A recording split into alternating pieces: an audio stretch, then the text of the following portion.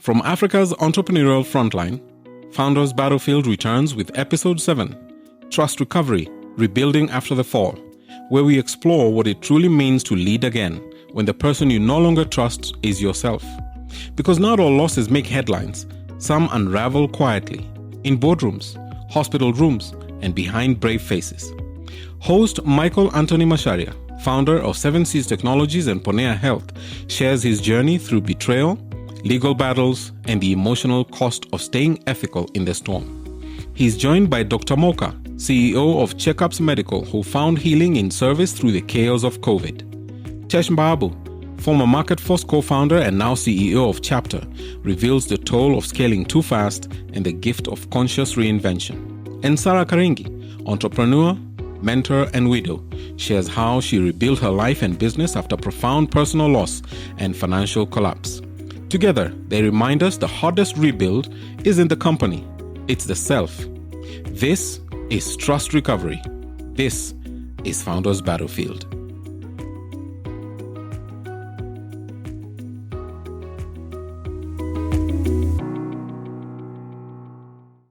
Hey, good, our great guests and viewers.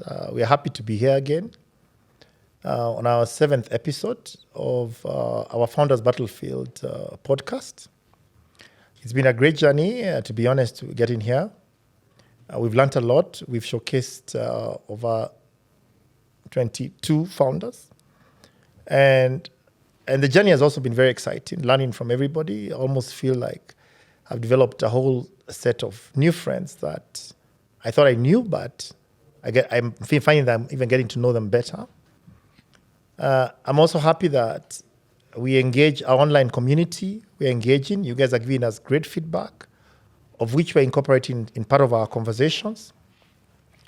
We're also learning what the market and the feedback in terms of the impact we're making in your lives. And I really appreciate all the comments we get directly into our WhatsApp, or people calling, or online. So it means that our conversation and the idea of doing what we are doing validates that there is need for founders out there to be able to have a listening ear, but also somebody they can walk the journey with, and also understand how others have walked, such that they could also have an opportunity not to repeat the same mistakes. And today's conversation is great because we are having a conversation around trust recovery, rebuilding after a fall. It's a difficult conversation because our typical African setups are not built around addressing difficult moments, of crucible moments. We address them when somebody dies, and we meet them in their house, and we have Macharia, as they call them. This is what we call funeral briefs, and we all say, we know, we did, we never did. And everybody says, I knew them, I could have, I never did, I did. Even sometimes we raise money for people who have died when they required the money when they were alive. So it's an interesting paradox of life. So today, on the other side of the equation, we're sitting here looking at ourselves and addressing what we could have gone through, what we learned, what we are learning, we're still here, and at the same time, what we could help other people who are going through similar situations, not to give up, but to remain committed to that journey, because just when you think it's darkest, dawn is just around the corner. So today's conversation with our great people and friends and fellow founders is really to encourage you in terms of a journey ahead, and also those who are going through moments of tribulations, to be able to say that this could just be a passing cloud. And with me, okay, I'm honored to have, I'll start today I'll go clockwise, Sarah. Sarah is somebody I've just got to know, Karingi. I just got to know, I would say we just met like an hour ago, but I feel like I've known you. But it also shows you that founders are interested in human beings. When you're told to go to the arena, we're like soldiers. You go. You say, so long as you're on the same side, I will figure it mbele.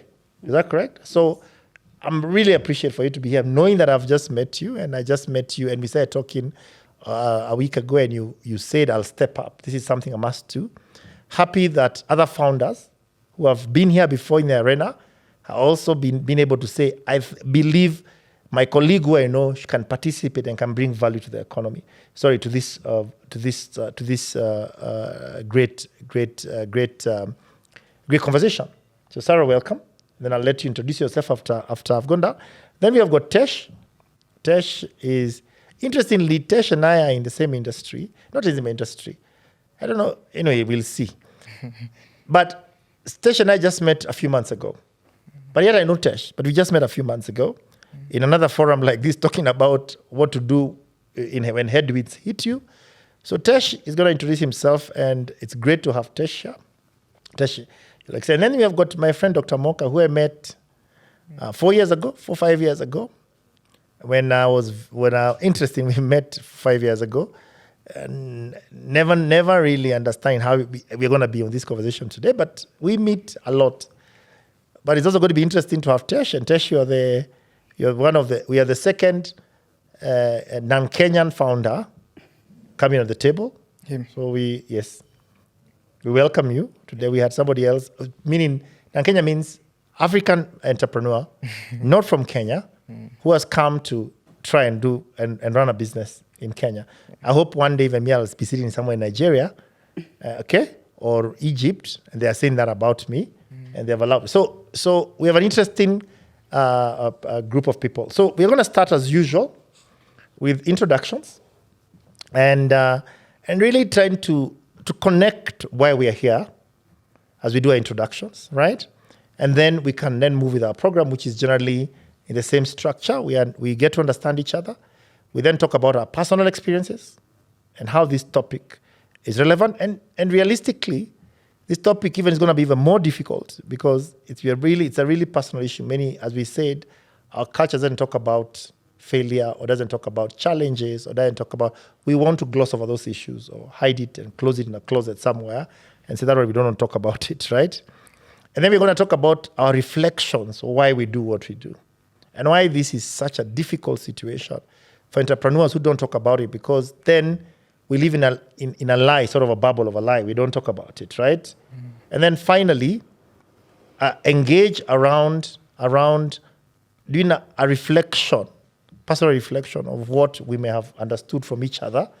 So I'm really looking forward to it. And I want to start by saying I'm Mike Macharia. I'm a founder and a serial entrepreneur in technology, healthcare, and now I sit in a few advisory boards, helping entrepreneurs like myself navigate some of these situationships. At the same time, I'm one of the founders of foundersbattlefield. This is an initiative that I strongly believe in, that I think is much required in this market and in Africa. And what we're trying to establish what does it take to be a successful entrepreneur in Africa. What is that Africa Founders Operating System? What is it made of? And with what I do, I'd like to jump in directly and get Sarah to sort of introduce herself, then we can start the program. Asanteni. Sarah, over to you. Thank you so much, Macharia. Yes, I'm Sarah Karinge, and Sarah is the queen of networking. I'm a Kenyan, and I'm a mother of two, and I'm a grandmother of two. An entrepreneur, now for, say, working alone without my late husband who started the businesses. I was his partner, but of course, a partner who was not really active in business. A partner who had been employed, but now when he fell sick, unfortunately, of course, nobody expects to be sick or to die. Nobody knows the date or the day that they will pass on. And sometimes we assume so many things, especially when you have a partner who does so much, and then your work is just to take care of him and maybe take care of his children and take care of yourself. But the moment he departs, you are left to handle almost everything that he was doing. So I would say that I had to wear his boots. I had to wear his garment and try and fight. You see, like the way David was being pushed to wear garments of Saul to face Goliath. I look at myself like that and I say, well, I am a unique person, wonderfully made by God, with a different brain from my partner. But I would say that as Sarah Karinge, who am I? Now, when it comes to entrepreneurship, I've learned a lot. Since the last 19 years when he passed on, there is a way, of course, he was running the business. My work was just to follow him. He was an architect. Of course, I'm not an architect. He was a contractor, and I just used to follow him to his sites. And of course, following and doing something is completely different. And there are times I would wonder, why is this guy maybe supposed to take me out? And he says, let's pass through this site. And I'm in the car. He tells me, just follow me and see the kind of questions I ask, what I do. And I'll be there in the car seated. And I'm like, we are supposed to be going out, but now he's taking so long at the construction site. Then the man tells me that, I may not be there, so just come and listen. So you follow, just like a faithful wife, as they say. But deep inside, you're like, this guy is wasting my time. Then you just follow, and then you listen, and then from there, now maybe you've taken an hour, you're supposed to have been somewhere by a certain time. But this is when I realized, when he died, Sarah, whatever this man was telling you makes a lot of sense. So now then, besides construction, now I had to try and immerse myself in it. So it's just like you can imagine, you are being told to swim, you have never swum, but you look at people swimming, and then you find yourself in the tides. You have to come out of that tide. So sometimes you feel like you are drowning, and it's like, okay, I don't have to drown because there are people who really need you, because if you drown, then it means those people who are now your children, the employees who are looking up to you, have to be taken care of, and there's nobody else to do it. Then there is a business again, which had completely gone. We are into manufacturing. We have a company called Sama Enterprise Limited. And under Sarma, we have now, of course, the construction part. We have the manufacturing of wood products, which supplies now the site now with these wood products, the doors, the frames, the fittings, and all that. And you come and find that now you don't really know much about it, because my work really was just to do the accounts, which was very easy, because when I was in the government, I used to, of course, handle figures. I was in the treasury. And so I just come, do the math for him. That's what he wants. So I give him the math, and that's it. And then I'll tell him, here, I'm seeing this, that. And then after that, now you see they're the employees who look at you. They're like, now, our employer has died. Will you manage? They won't tell me that, but you could tell from their body language. They were worried. And then after that, of course, you have to think of now what to do and believe, of course, you can take care of them. You take a business that does not have stocks, because all these 3 years when he suffered from kidney failure, almost all the money is going to the hospital. Then after he dies, you have a bill of 1.2 million shillings then. That was year 2006. And you have to... Then the guy tells you, if I die, I don't want fundraising. So you have to know where to get the money from. Of course, men and their ego. So it's like, hata nikikufa nitaonekanaje, or how will people perceive me even after death? So you are left there very confused. Then there is children who ask you, Mom, when you want to die and leave us.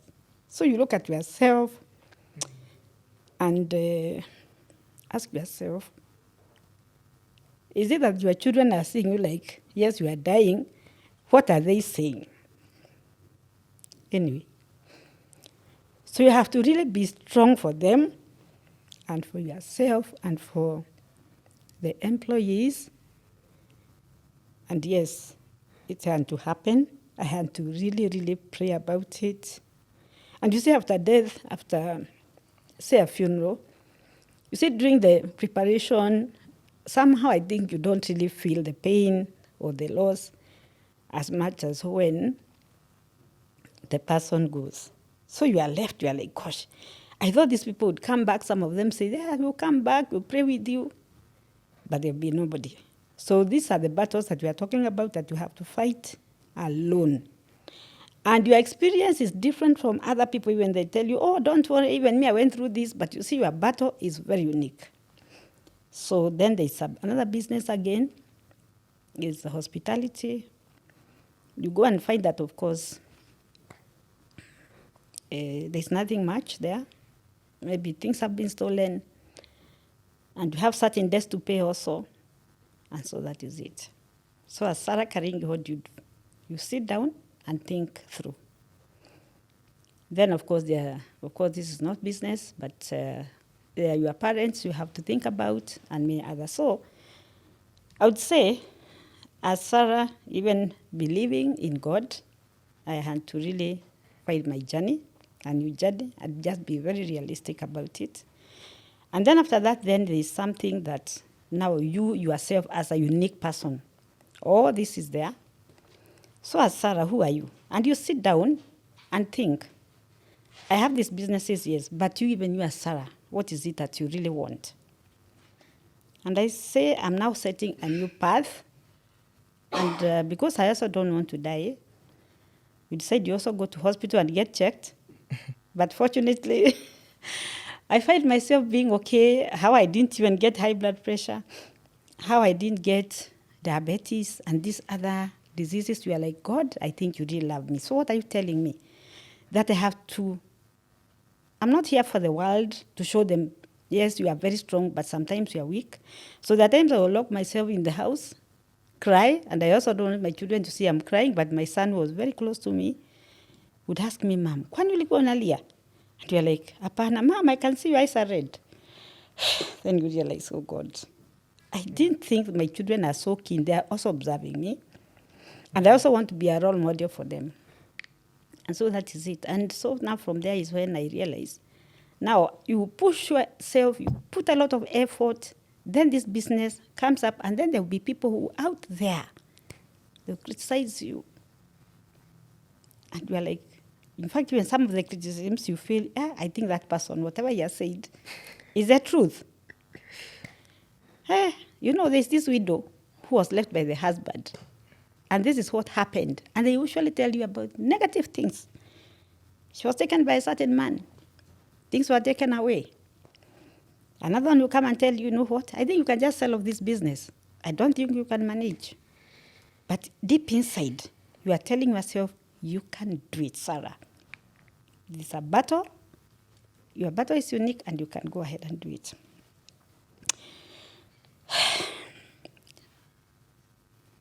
And then after that, you work so hard, you put things together, you consult a lot. And I thank God for very good employees, because some of them left, they were incited to leave. So you just say, okay, the few that are left, I think God will give you others. And because I'm a believer, God actually did that. So you have very key people in the business who actually are very concerned about your business or their business, because I would say it's when employees own something, when they feel they are part and parcel of that organization, they will not just leave. It doesn't matter what the world tells them, and so that is it. Then after that, I sit with them. I tell them realistically, this is what is happening. I want to learn from you. So you also have to humble yourself. Yes, you are the employer, but you don't know much. It's them who are running the business. And so you sit with them, you plan with them. They tell you this is the journey they were walking with your husband. And then after that, you realize, yes, they are walking this journey. But along the way, you decide that you are not him. So you have to do things the way you feel so comfortable, and you start that journey now independently from what he was doing. They tell you this, but slowly by slowly, you go changing so that now things can move the way you feel comfortable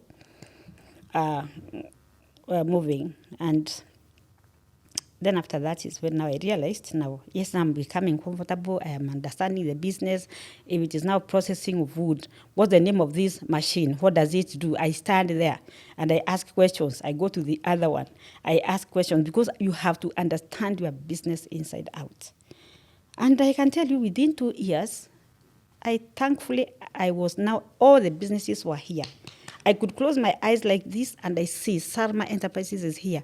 This machine is here, this is what it does, this is what it does, this is what it does, and always checking who are the people who can work on this. So instead of using quacks, who of course pretended to be very cheap, I started now going to professionals. But this happened after now. Our business was set on fire, and my story for 20 million loss came in after, say, from 2006 to, say, 2010, my business, or our business, was really running very well. That time I was also dealing with debt. I didn't know how to deal with debt before because it was him who was dealing with them. My work was just to sit there and, So I have to face the music. And so the bank comes running after you. Why? Because we took the loan together in the name of the company. So they want to come and take few assets here and there. And you are there again now, deep inside the seas or inside the ocean. And it's up to you now to decide, Sarah, now what do you do? And as I have said, I'm a woman who really believes in God. And I would take the Bible. I open the Bible and I say, okay, this is what the Bible has told me.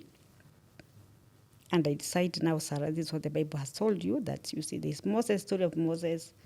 And I say, what did God ask Moses? What do you have in your hand? And I say, Sarah, what do you have in your hand? You have the 1.2 million shillings to pay to Aga Khan Hospital. You have these debts from this KRA, KPLC. We're also running after you. There is a city council. That time it was city council, not Nairobi County. And you have to clear all these debts. And you see and you say, Sarah, what has God given you? A mouth, eyes, ears. How do you use them? Put fear aside. Go and talk to the people who are responsible. So wake up early in the morning and go. Before the secretaries tell you, no, you can't see so-and-so because he's very busy. So you go, you wake up early in the morning, but before 6, you go and camp in their office and wait for them. As they're walking, you get with them. And you see, and of course, as a woman, sometimes, of course, when you are facing a man and you cry, they'll feel pity on you and you ask them, you know what, if I were your mother or I were your sister, how would you treat me? And that is what actually helped me, and they listened to me, and I came up with a strategy to clear the debt. Then after that, as now I continued now feeling now comfortable, when this fire came, then again I had to go down. And thankfully, because I've always been a giver, ever since I was a small child, I would come to Macharia and I tell him, you know what, Macharia, I've come just to say hi to you. And then Macharia tells me, you know what, Sarah, I want to close my business because of ABCD. And I asked Macharia, really? How about if you are like me, whose business has been set on fire? The operations are at, say, 20%. Yours is just employees who have stolen from you. And then this person tells me, okay, there is this organization where people exchange business, exchange referrals. We can go. And then she tells me, you know what, Sarah, understand that organization is a cult, so you don't have to, maybe we don't have to go. And I tell her, no, okay, so what did you say they do? So let's go. So I went. And I said, let's go and see. Me, I'm a risk taker. And I'm a person who is very keen. I think when we had an earlier conversation, we talked about risks and we also talked about curiosity. I'm a very curious woman. I like learning and I'll ask questions. However foolish I appear to be, that is how I am. And I don't fear asking until I get to know the root of maybe the problem. How did you start this? How was your journey? How can you help me here? If I can't get an answer from Macharia, I'll go to Pauline and ask her, how can I do this? If she can't do, I go to the next person. And I thank God that I went there and I was really made to understand how to run a business professionally how to ask questions. I used to be a very shy person, but I realized I have to be very strong. And then I was pushed into leadership. I am suffering here, but I'm not telling people about my problems. I'm not getting business the way everybody else is getting business. For a whole 3 years, you are getting to that organization, and you are leading them, but you are not receiving business. Yet, you are giving so much. But what I capitalized on is learning as much as I could. And I started running now our business professionally, and I found myself doing so well, thankfully. And then after that, I became a leader of par excellence. My chapter came out the best, and I realized if my chapter is the best in the region, not only in Kenya, but East Africa at large, I can do the same about our businesses. And I went changing things, some copying and pasting what I was doing here, leading people who before I just couldn't have imagined I could have led professionals and very high top-level managers in different organizations. And I said, Sarah, if you can do this to these people, why can't you do it for your business and for yourself? Then I decided not to relax. I should also join another group that was doing travel. And I traveled with them. They were Christians from Kawasukari, and I thank God for them because they helped me to relax. So we went on cruises. And the good thing is people think that, okay, you have to have so much money to travel. They taught me that, okay, you can pay in bits and pieces, maybe for 2 years. Then after that, now we plan where we are going, and we would really travel. And I learned a lot also when I went out there. And I also strategically learned how to get business from them. I remember the first travel I did, I got 5 good businesses from them because I'm a people person, and I look at someone and understand his personality and see how I can now navigate and know how can I position myself to receive business from him, but also because I'm a giver, how can I understand you? So by the time we were coming back after the 2 weeks, I used to know them inside out, their names, their children, what they do, and all that. And that really helped me because I had learned now this from that particular organization, so I went improving. So I would say, having now been a top leader as a business person, as a business professional, I got my title, the Queen of Networking, because of the giving that I was doing for people.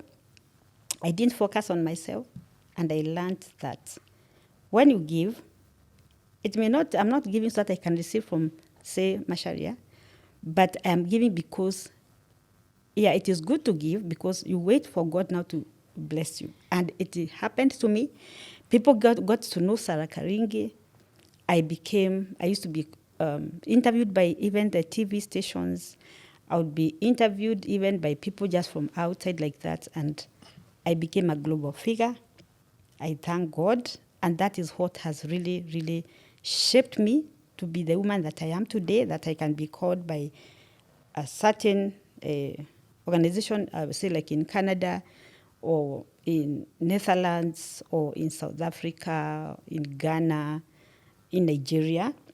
I go and I speak about networking because it has really, really transformed me. How to speak, how to approach somebody, what not to say, what to say, how to position myself that I'll be this piece of product as Sarah Karingi that someone will want to associate with and to buy.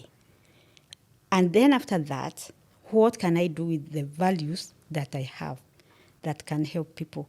So I would say that I know I've shared quite a lot, but that is who Sarah Karingi is.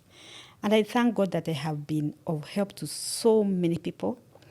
I have come up with my quotes, and I said, these quotes, even if I'm not here in this world, there are people who will read those quotes and they'll be able to understand networking because that is where my passion is.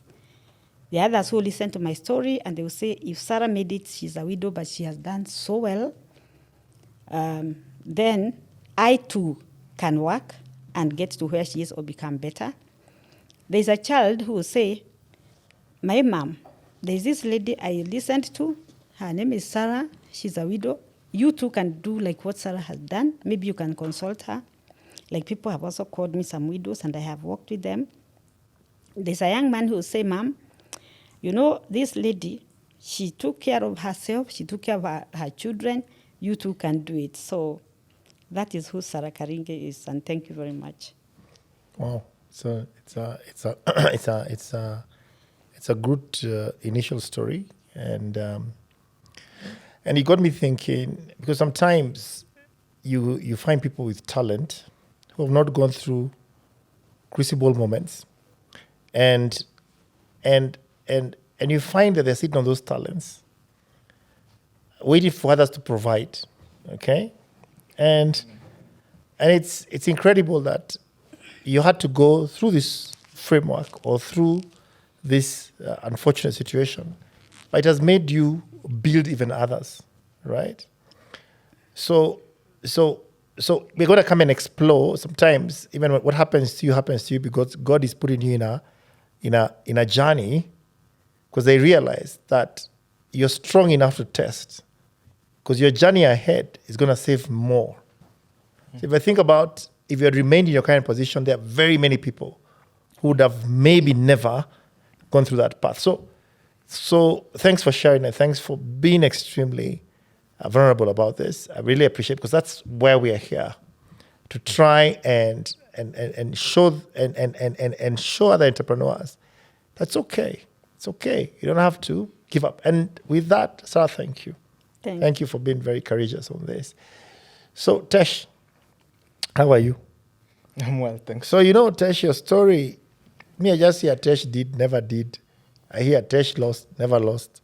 Tesh got, did, never did. The media platforms we have are very great at sharing bad news.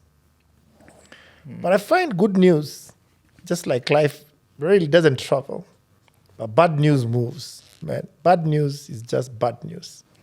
And it goes faster in these markets than anything else. So we have to learn that is the nature of the beast. So how do we change that? It's by saying we're going to confront the reality. Yeah. We'll say, come on, Imbaya. We deal with it, because they're going to do it anyway. They're going to say, they're not going to say, they're going to say everything. So let's go for it. So let us set the record straight. Let's say this is the situation, guys. Beyond here, they can say Founders Battlefield is a place where we have to be endorsed, where it has to be. If Tesh said that in Founders, that is the way it is. So over to you, Tesh. Yeah, thank you so much, Mike, for having me.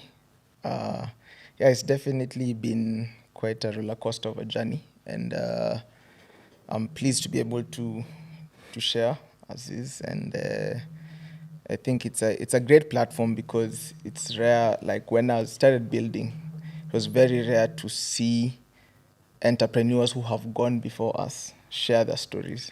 So just watching the previous episodes and seeing some entrepreneurs that I really admired, including yourself, back when I was in campus, share their stories has been great.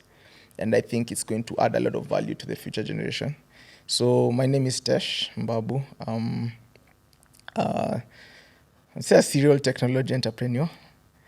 And before coming here, I thought I'm a seasoned entrepreneur. But then when I hear stories of guys who've been in it 25 years, 30 years, it shows me that there's still quite a long way to go. But the journey has been interesting. So I've been a 7x founder. So currently my 7th venture. And I started this journey in 2011. I was just getting into campus at the time, and I registered a graphic and web design agency called Tesh Tech. And funny thing, it was the company that had the name Tech, but it wasn't a technology company. All the other companies I've set up have been tech companies. So I went in, I was studying computer science, but I always had a hunch for entrepreneurship. I knew I wanted to build my own thing, service customers and make money.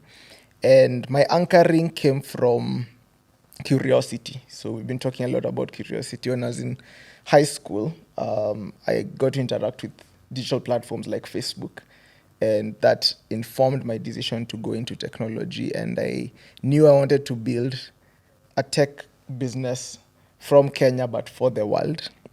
And that's been the journey I've been on. And the funny thing is, I thought that I was going to climb. I was the first tech company that I started after the printing business is one that I thought would be the one that would take me to the top of the mountain.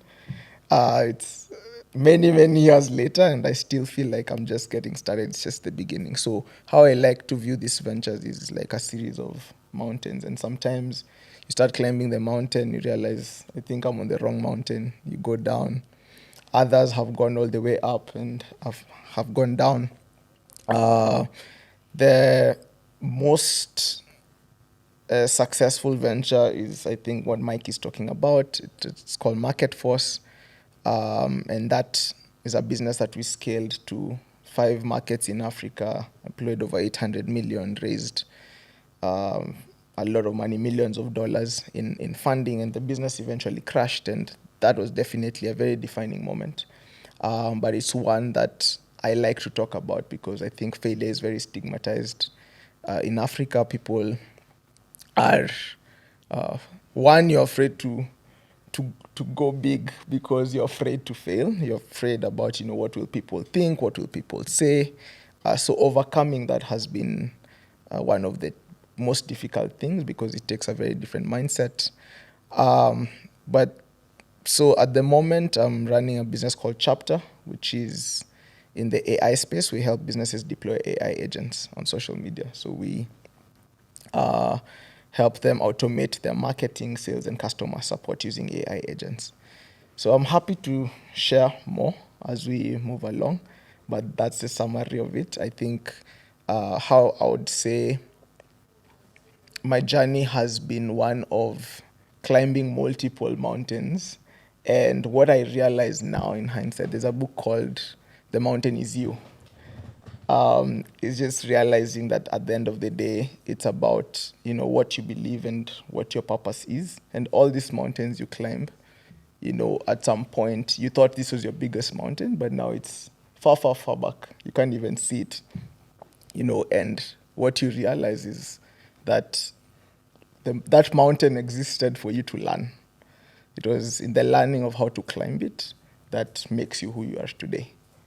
So the mountain is really you. Wow. I think, as you said, you started at 18 and now you're 32. That's 12 years. 12 years, you've done a lot, and you've also gone through some heartbreaks. But, when I come to my story, I'll tell you, youth, there's nothing like the gift of youth. And I'm sure Sarah would agree. The gift of youth is the best thing you could ever have in life. It allows you to recover. It's like being sick. When the younger you are, the faster you recover. So the gift of youth, you have it. So you're experiencing much earlier a lot of things that you don't want to experience when you're 60 because you'll be gone. Okay? So don't look at it as you said, you've got multiple hurdles you are climbing. So let's look at that. Mocha, Daktari, how are you? Very well, Mike. First of all, I even want to know a little bit. Today, I want to even know more about you than I've never known. And I like that you've always told me, Mike, this is great. What you're doing, I feel it. I feel it in my DNA. And every time I tell you, Mike, I have to be with you on this journey. So welcome, Mocha. Thank you very much, Michael. This founder to founder, thank you. Risk taker to risk taker, thank you. Dreamer to dreamer, asanteni. What you're doing for us in this space is amazing. It's priceless, it's a thankless job. And really, it's more than an honor for us to be here. And listening to the 5 previous episodes and the stories that have been shared, these are lessons that are not in any business school, even the African business schools. So I really hope that those who are professors of business should really listen to this show and redo the curriculum for doing business in Africa. I want to thank Sarah for your story. They didn't have Kleenex, so we're almost going to start wiping our eyes with our shirts, but we knew on camera, so we had to make a choice to stay dry. But your story brings tears to the corners of the eyes. It makes you think, really. It makes you think. It really I thought about what happens to me tomorrow. Yes. If I passed on. In business school, we talk about succession planning. We forget that even at the micro enterprise level, that we're one ambulance away from having to deal with that issue, right? With whatever venture we're dealing with. So we're not even prepared for your story. It's one that scares us to our bones. If that happens, what happens, right? And Tesh, your stories as a tech entrepreneur, starting from 2011, when the odds for technology were high, that's really bold. Yeah. I would like to approach the conversation as the founder who believed in Africa, right? There are many persons like myself who are in America, are in the UK, abroad, and they talk about Africa from a distance. Oh, Africa is not this, Africa is not that. And I believe I'm one of the many who dared to leave the comfort of a corporate career in the US, where you are guaranteed salaries, you are guaranteed credit, you are guaranteed a legal system, you can forecast the elections, you can invest in the stock market that gives you a guaranteed retirement. You leave all of that guarantee to come into a market where there are no guarantees. I'd like to see that myself as somebody who not only dare to believe, but who believes in the Africa rising story and wanted to live it, not from the sidelines, but from the field. And so, in as much as many people wonder, like, why did you leave the US for Kenya? Why not Cameroon, where you're born? The choice was not that difficult to choose Kenya. We did a very systemic analysis of all the countries, and Kenya stands on its own with many advantages.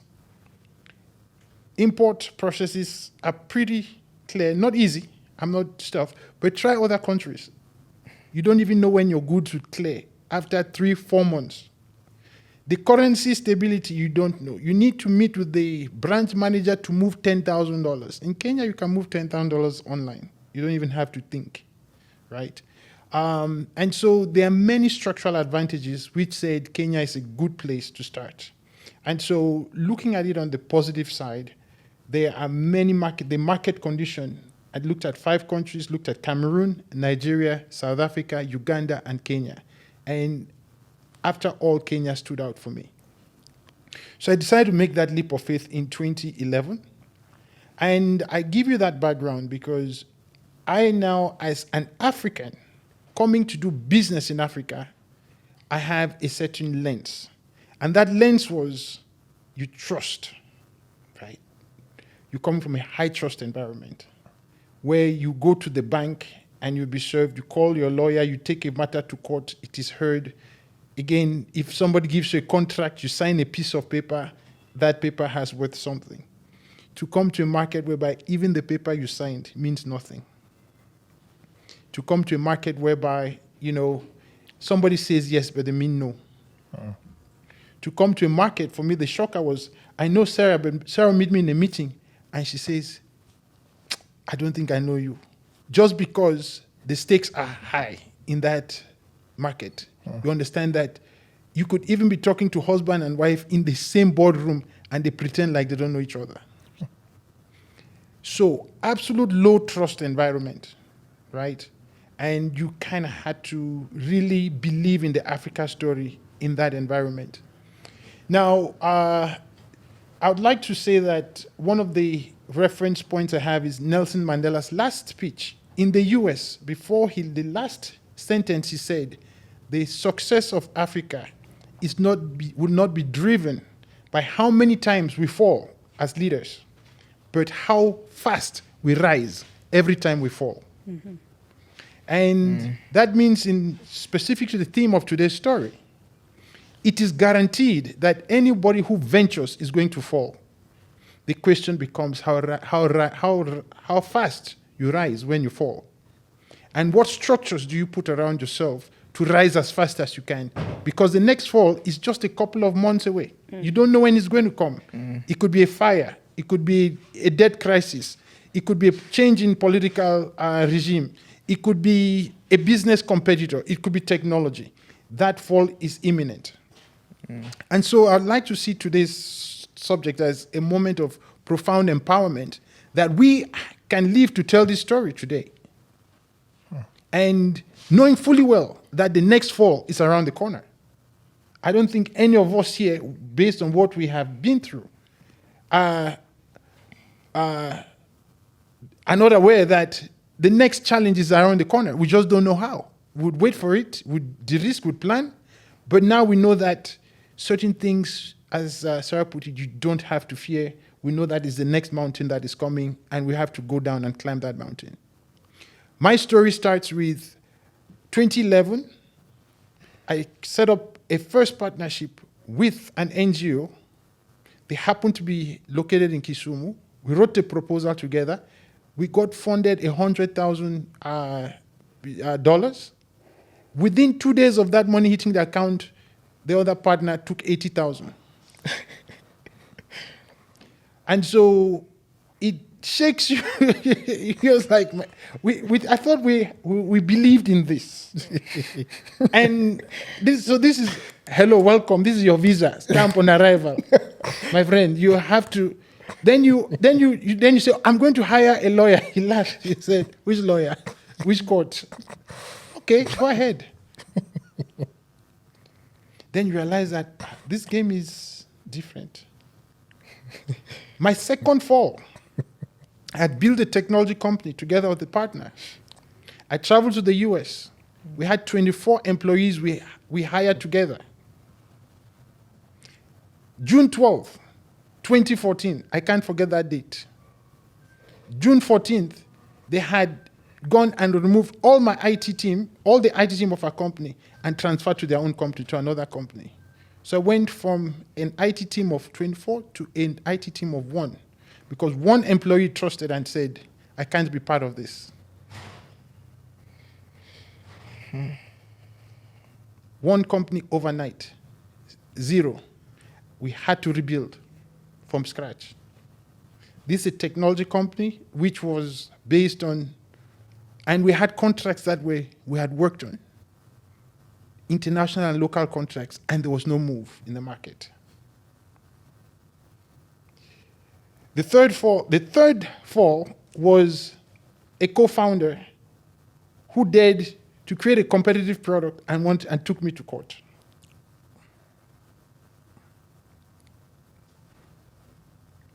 And then the fourth fall was the one that Mike knows very well, whereby literally our operations were shut down on December 1st, 2021, where we were offering the best service for COVID for travelers throughout Africa, recognized by KLM as the first operation to release full passengers to Europe, with all passengers tested within 3 hours of departure.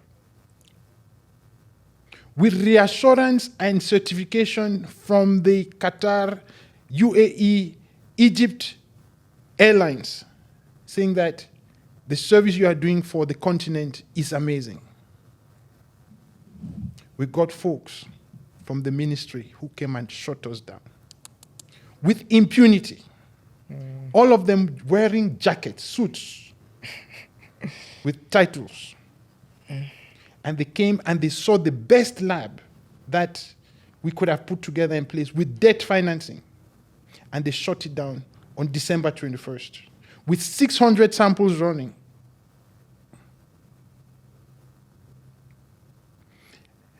Believe it or not, my birthday is December 20th.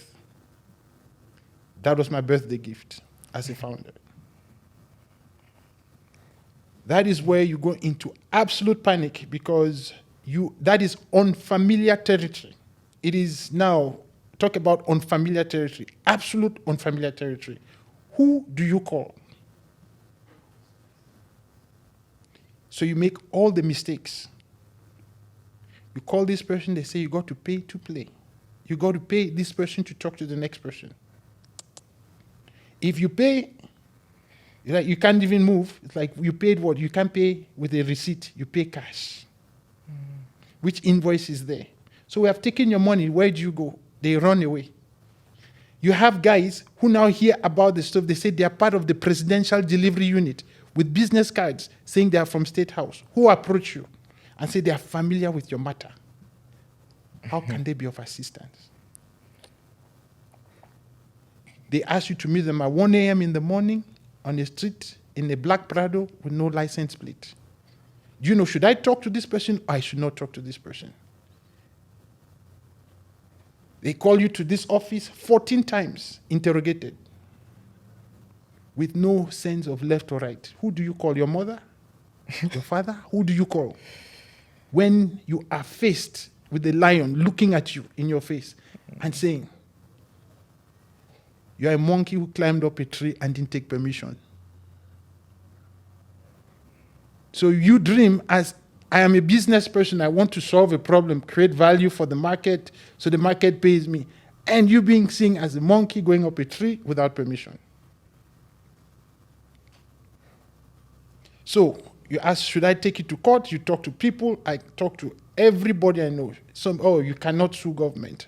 This other one says, no, the only way you can get this matter resolved is if you go to court. Get the best lawyer. Talk to this lawyer. They have done this. And you talk to one, then you decide. So I had to make that cold call one morning at 4 a.m. that I had to go to court. And I say 4 a.m. because you don't sleep. Mm-hmm. Sleep, your pillow. And then your phone, you're not sure who is calling you. You're feeling like you're monitored. Everything is... So you are in absolute state of levitation.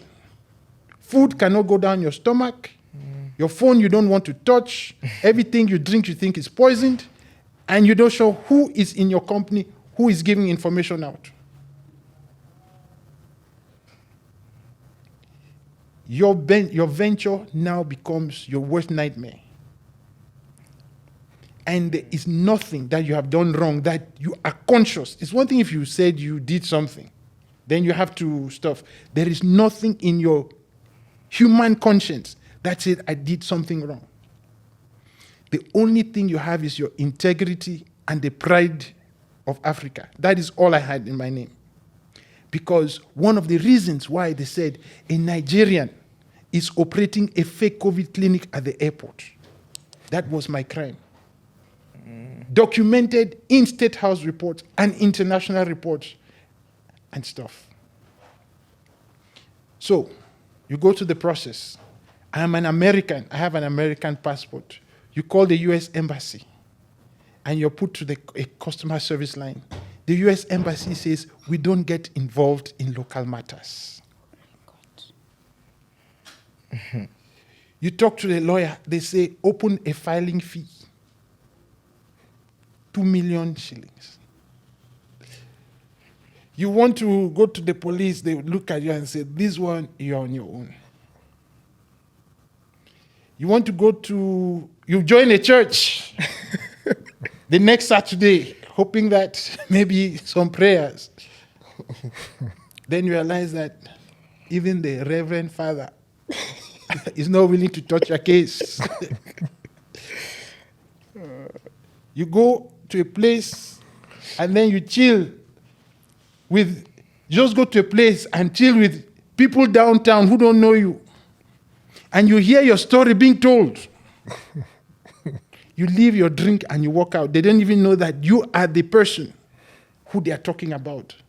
There's that Nigerian that I hear, he was doing this, he was doing this. And they don't know, and I'm sitting there. Then I push back. I get jailed. They lock me up, detained at the JKI airport for trying to seek my right for reprieve. I'm jailed. And the word is, you talk too much. That is my punishment.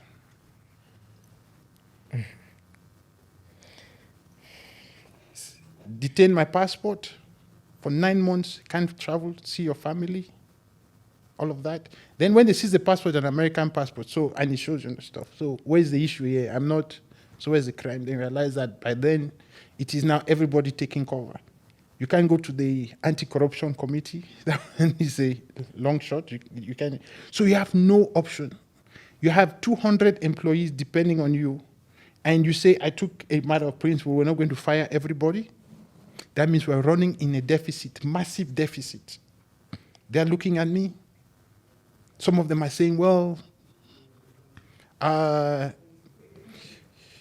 maybe you should get a Kenyan to take over the business because it looks like the issues, you're a foreigner. You get all kinds of versions. So your employees doubt you, everybody doubts you, your customers, your competition. That one was even bad. They pounce on you. Competition. So when you go through that process, you understand life is a different kind of life in the same way business people are entrepreneurs and stuff like that. There's the textbook version and there's the reality on the ground. So I would rather be, and thank you, be the Spanish method where you see the bull and you know it's charging towards you, you have options. Stand in the way, get projected. You know you just have to protect your liver and your abdomen. It would hit your foot, but you will survive. But this one, I would say, the wrath of a system is one that I wish on no one. Because it can disfigure you mentally, physically. So went through that process, 9 months. Then I traveled to Juba, where we had services. And as I land at the airport, I'm arrested again. Saying I'm the biggest drug dealer in the South Sudan. Pharmaceutical. No, I drugged it. And that I was importing drugs from Brazil. They come to my hotel. It's a long story. They come to my hotel at 7 o'clock in the evening. And I'm arrested in my room with 6 people, guns in my head. They lifted my jeans, they lifted my shirt on, and they're punching you in your face. And they cock the gun in front of you and say, you think you can run. And you say, what did I do?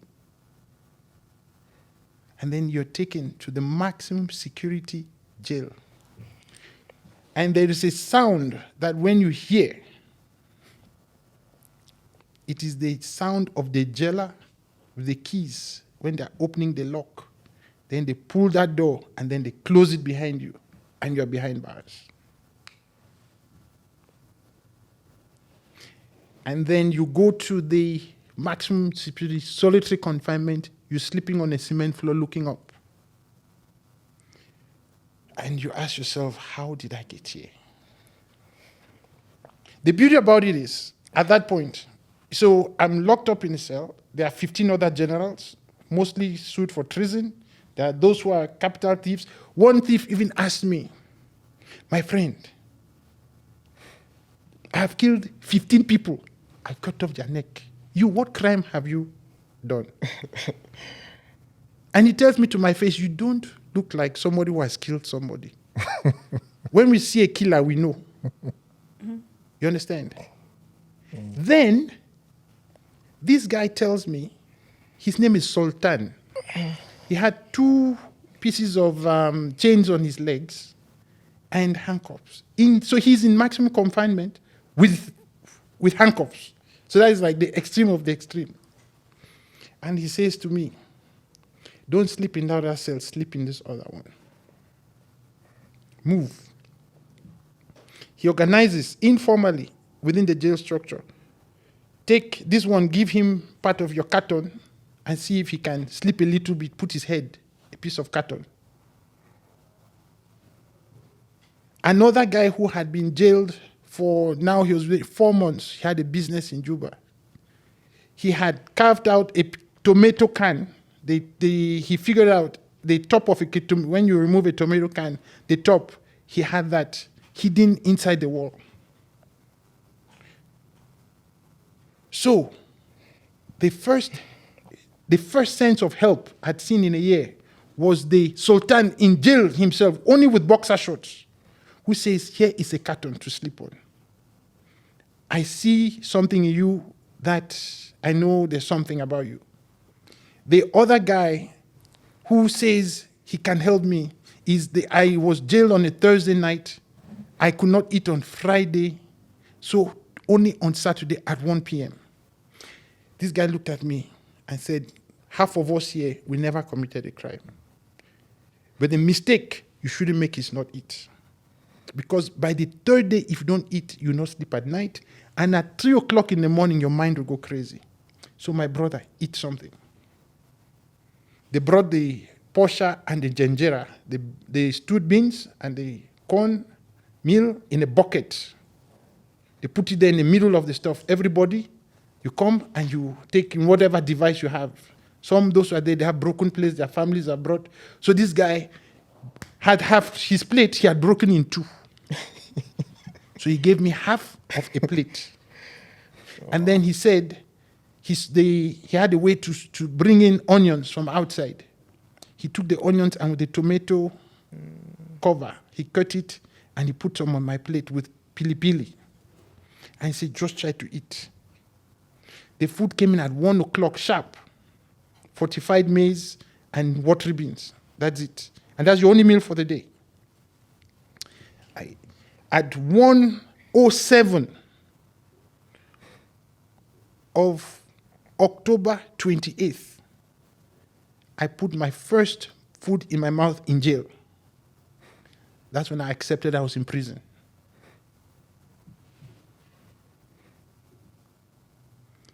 The story is long. I can't say it all. But finally I was released 4 days after and just asked to walk and go. So, when you have been that, how do you rebuild? Operations have stopped, you're in jail, no processing, suppliers are canceling and all of that stuff. You're afraid of reputational damage. Because unfortunately, because of the low trust environment, Mocha is guilty until proven guilty. In the US law, you are not guilty until proven otherwise. In other legal system, you are guilty until proven otherwise. In Africa, you are guilty until you are guilty. So who do you defend whose story do you tell? This is the first time I'm really telling the story publicly. Who do you talk to about this? And the suspicion is like, yes, you must, where there is fire, where there is smoke, there is fire. So what did you do? Where is the drugs? Where are the fake COVID certificates? And so you kind of have to stand with your moral fiber. And that's the only thing you can go by. And then you rebuild. And you rebuild. And that's my story.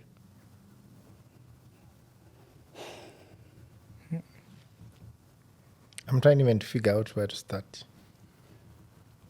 Because is it even worth? Why do we even do this? Do we do this because we can withstand the pain? Or do we do this because we're not normal? Or do we do this because we are God's calling? Because if all of us decided never to do anything about it, the world will come to a stop. I'm not sure. Maybe you guys can answer that as part of our reflections. Because sometimes I ask myself, is it really worth it? And, dovetailing to my crucible moment, in my case, I start with a very interesting story. Yesterday, it was raining heavily. So I was meeting somebody near on James Gishuru. It was so heavy raining. We decided let's just be in the fuel station. We finished what we were doing, catching up. Then I decided to park the car and I went to one of the restaurants there, bar restaurant in Lavington Mall. So I got in there. I found guys, how you're just, because now it's raining, there's so much traffic and I have got this shoot. So I just wanted to go make sure I just have something to eat quickly because the traffic is so much. I've been on this traffic for 3 hours, right? And then I got into this restaurant. I found people I know. Hello, you always know the people in Nairobi. And I sat and they were welcoming as usual. Nowadays I'm like a superstar of having gone through my wahala or through my challenges. So naturally there'll always be a seat for you anywhere, which is good also. There's also an upside that people look at you like, hey, this one has gone through. He deserves a chair. He deserves a seat, Okay, but interesting enough. So when we sat there, we talked, we had a good conversation. And then you can see the guys, first of all, they tell you, you look good.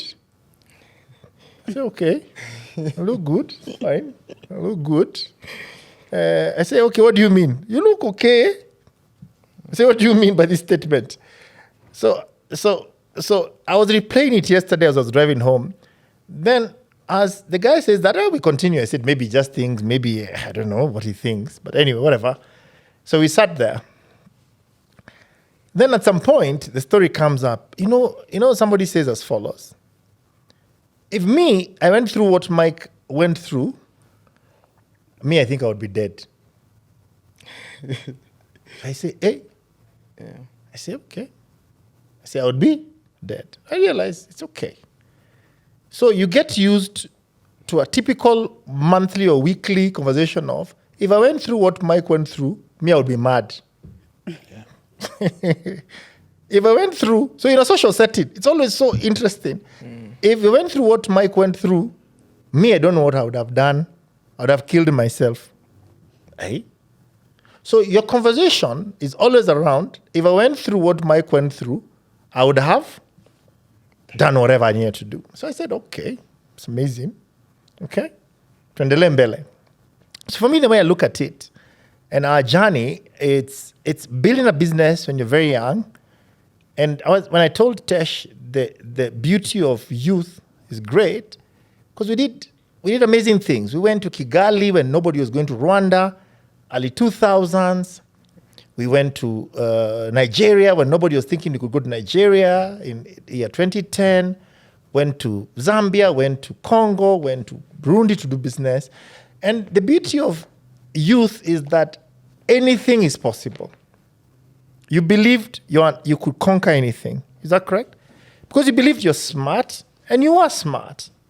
And we felt, we understood. We talked about talent. We just came from a talent conversation in the previous episode, which you're going to listen to. We created innovative ways in which we could grow.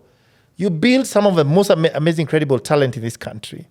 And you could almost predict the next big wave that's going to ride. So at some point, you feel life, I'm God's gift too. You got a Midas touch of everything you touch. And whether it's good or bad, I don't know whether it's good, but you move on. And then you take more and more risks, correct? Naturally, you take more and more risks because you're successful. And you don't see some of the blind spots.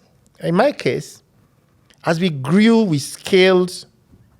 My first blind spot was when I had such an amazing, such large contracts with one of global multinational, one of the telcos.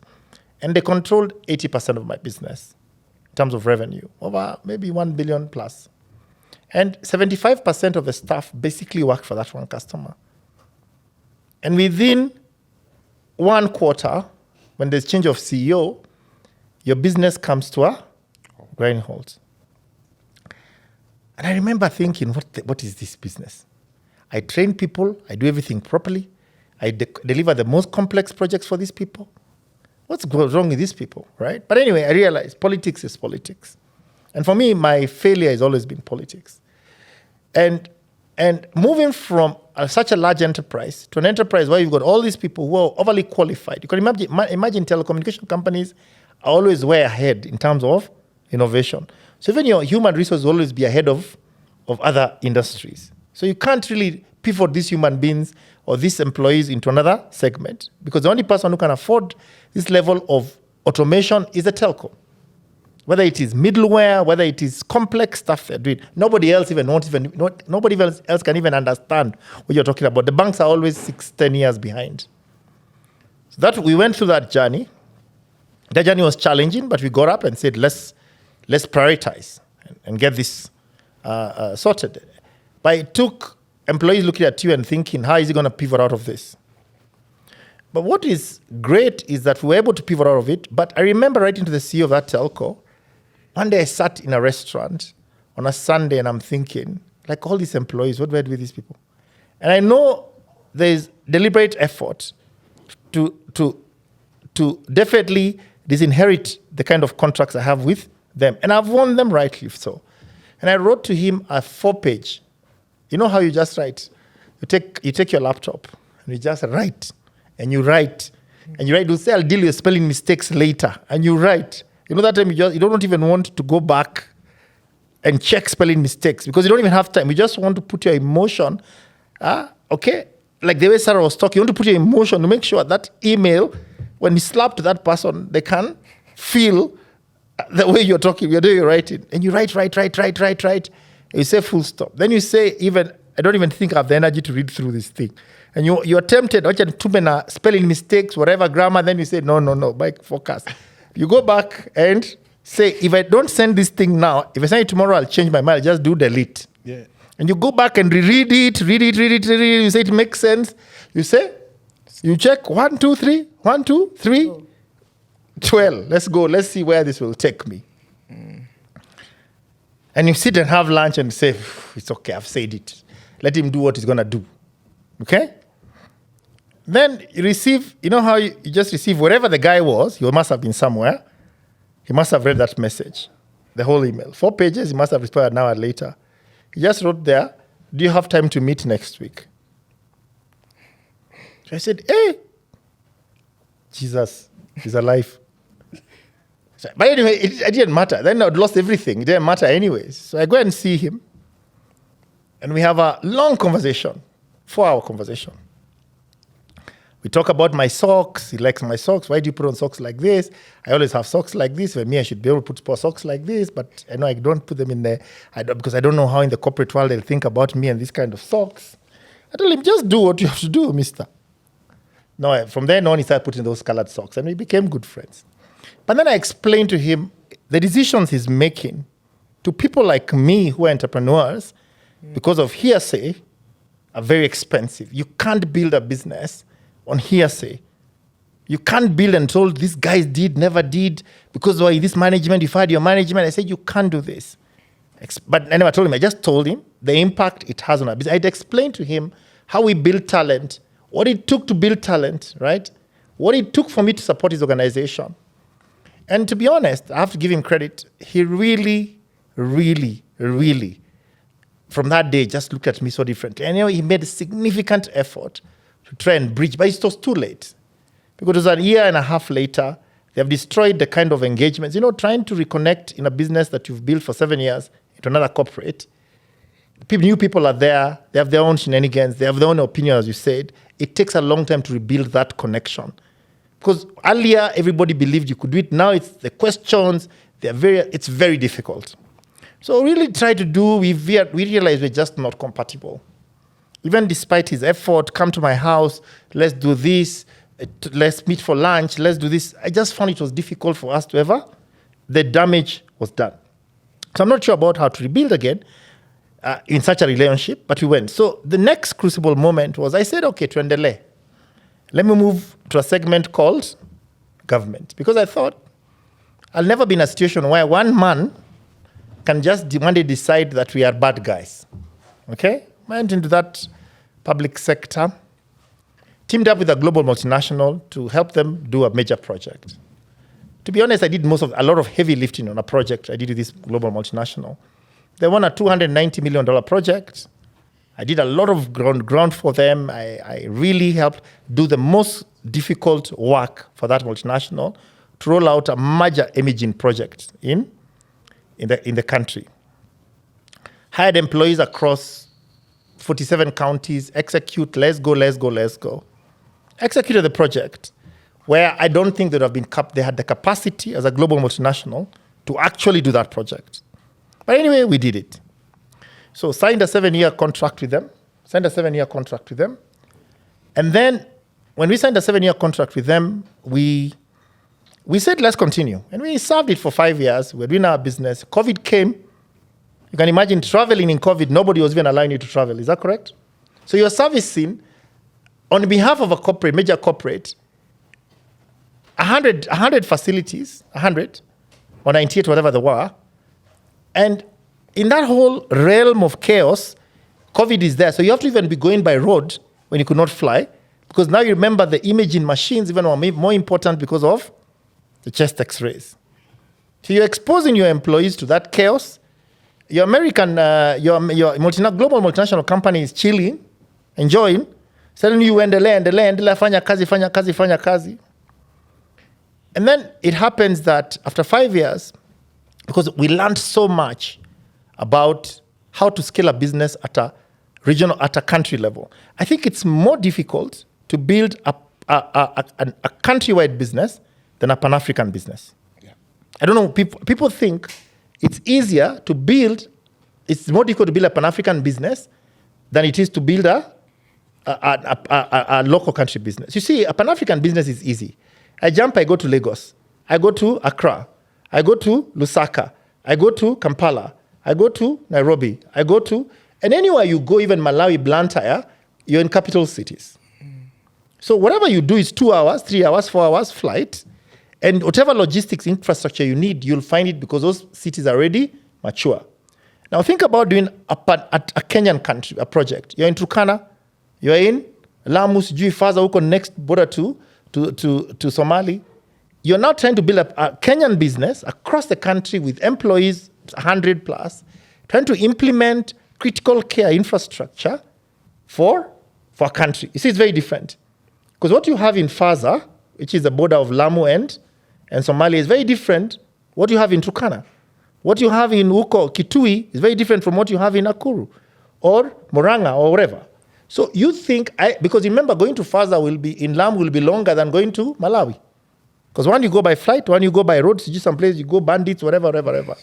So the complexity of doing a Kenyan business countrywide is very difficult. I don't know why you guys, people think it's easy. I think I commend anyone who can do a Kenyan business countrywide. Maybe that's what Tesh was trying to do with Market Force, atatuambia. But me, I think it's a very difficult business. So what you do, you gain experience. You understand how to execute. You understand your cost structures. You know how to execute. When you do costing, you don't think, I will use a plane here, I will do this.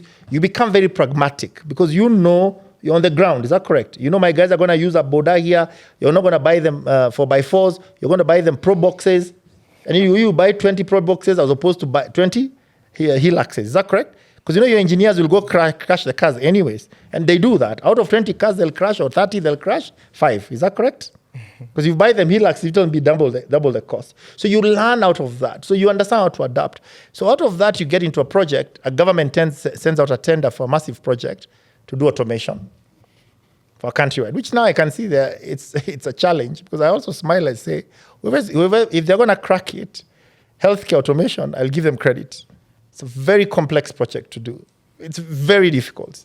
But nevertheless, I always say, God, where one man could not go cross the river, another man will cross. So me, I have abundance. I say, if they cross, I say, tuende kama tumecross. But we move on. So you get this project, we start implementing.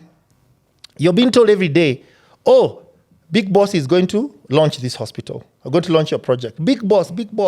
You work with the big boss. We work with the other biggest, the boss of there's a big boss and the other lower boss who tells you the big boss is coming. So let's go check. So the other boss tells you, let's go. So you go check in site. But it's your capital you're putting. Understand? It is 6 billion, or I don't know how much, whatever they want to call it. Okay? You're already sunk in $1 billion there. You're being told sink more. You're mortgaging your house. You're refactoring your building, your company building. You know, when you start one of those buildings, you think is a great thing. First of all, I don't even think it's a good idea. Because that you're thinking, my God, my employees would be in a good place. Let me tell you, when I go to any person's office that I find they've got floors of employees, I just feel happy for them. I say, I would never want this. Because, earlier it was pride. Now, for me, is I look anybody with floors of employees, I say, my God, you have this courage. I really admire you. Because that is courage I had. Now it's no longer, I just look, I say, you have courage, honestly. And when I go see in floors, I go press, I see company 1, floor 2, 4, 4, 4, 5, and it's a founder, I think, wow. You know what I mean? Mocha, you get it? Oh, yeah. You know what that means. You know what, if anything fell out here, all these 6 floors will come crumbling. And in Africa, it's like this. Is that correct? It is like this. So every time I see somebody that opportunity, I say, wow. So anyway, that was me. And one day somebody just wakes up and says, this guy Who is he? Why is he implementing this project? For whatever reason, they know themselves where they are. And they said, look, we have to cancel this project. And you find yourself now, or wherever you find, sorry, you don't even cancel. You start doing a project, you're taking people to Nakuru, Nanyuki, or Naivasha for workshops, hundreds. You run your credit card, I've ever gone to and paid a 40 million shilling bill. Have you ever paid a 40 million shilling on your credit card? You go swap, and then it runs. For people's beddings, everything. You run it, but you say 22. See, it's part of cost of sale. It's cost of sale. So you factored it as workshops and everything. It's working, 20. But all that money, one day you realize you spent it, and you have no clue if it will ever come back. So it's like you went to your bank with a wheelbarrow, picked money in a pickup, put it full in your truck. You went out to Murang'a, to Nyeri, wherever. You opened the back, the check leaves. Sorry, the notes were just flying. The truck is becoming empty. You go back and tell the bank, now I want to put back the money. They ask you, what did you do with the money? Say, I went to Murang'a, I came back. Yeah. Say, what did you do with it? It's because that's how it felt. Now, why it feels like that? Because after spending all that money, one day you're told, you go for meetings, you find nobody attends. 3 people attend, 3. Out of when meetings used to have 20 or 30 people, and headed by the smaller boss, 2 smaller bosses, or 3. Now you're operating. I don't even know who chairs the meeting. So, Sarah, you understand? You're in a meeting where now you're asking yourself, this P&L, it is a buyer. Is that correct? And then one day, out of pressure, wherever the pressure comes from, they terminate the transaction. And you ask them, like, you people, I have signed this 800-page document. What does it even mean? Does it even mean anything, this document? Then, as you're doing all that stuff, you have people telling you on a Monday, constantly, let's meet at Sagret. We see how to rescue this thing. Then, you're listening to them, hey. So by 12 o'clock, you're trying to decide. Somebody said, can we order a Mattel? I say, 12 o'clock, it's Monday. Why do you want a Mattel? For what? Because we discuss how this thing can be resolved. I said, no. Because at this rate, you'll end up becoming a drunkard. Is that correct? Because there's nothing you're doing. You're skidding without going anywhere. But before you realize that, you realize, these calls come when the schools are starting. Because definitely, I'm back to Mocha's point. Somebody wants fees for you to pay their children's fees. Sometimes you are like, why not? Let me just see. Maybe it could open some things. So you remove your own child's fees from this pocket, and you say, I'll deal. And you give another man or woman the fee. You say, you shika, no problem. I hope we think we can move. And nothing definitely, it's a long con game. Is that correct? Yeah. Before you realize it, and then you make a decision, there's something you don't care anymore. You're never going to do anything like this because you realize after some time, it doesn't make any sense. Is that correct? Now you're with a business with all those employees. Is that correct? Some of them are even classmates that worked for you, that you went to school with. Is that correct? Chose to jump into this big vision with you. Let's drive it. Now you're in that place and you're trying to figure out, what do I do with these people? So the only joy you have in your life, to be honest, is in the morning when you drop your son to school.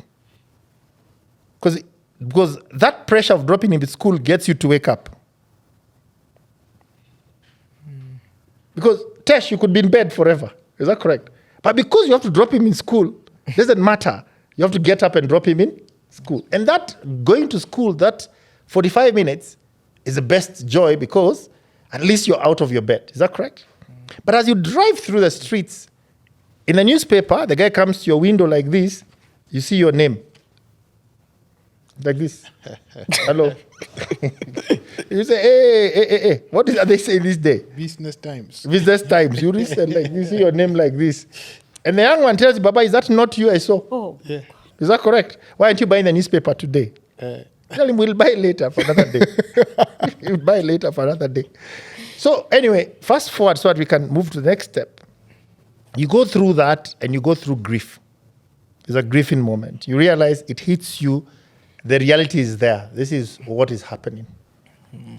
And you go to doors, and then you realize that there is so much superficial, in quotes, people who say they have capability or power, whatever they want to call it. And there are just a lot of ambulance, chasers, whatever you want to call them, rubbish. Is that correct? Yeah. And you realize, I need to stop this. I need to stop that every dog that barks, I think it's the way out. Yeah. Maybe these dogs are taking me to the bear. I think it's time I stop running after it. So you decide, I need to own this destiny. Yeah. And the first destiny to own, and as you move into what to do, is when you finally realize that it's okay. It's fine. It's fine. That because you see, you rationalize, why would you do this? I'm a Kenyan company. Then you realize nobody cares. Yeah. It's a faceless side. Where you have that challenge, Mocha, is because on the other side of the people you're dealing, it's a faceless. There's no one with a soul. When you deal with people on the other side without a soul, it's a faceless. There's no face. It's a mirage of humans that on the other side of the equation. So there's no one with anything to lose. There's no one who goes to bed and feels the pain that you're on the floor somewhere. Yeah. So the moment you understand that, the faster it is for you to move on. So when you realize that, yeah, nobody cares. Even the ones you thought you cared, then you realize the lives we live, the doors you think you have, the closeness of people you have is all touch and go. Yeah. It's a touch and go situation.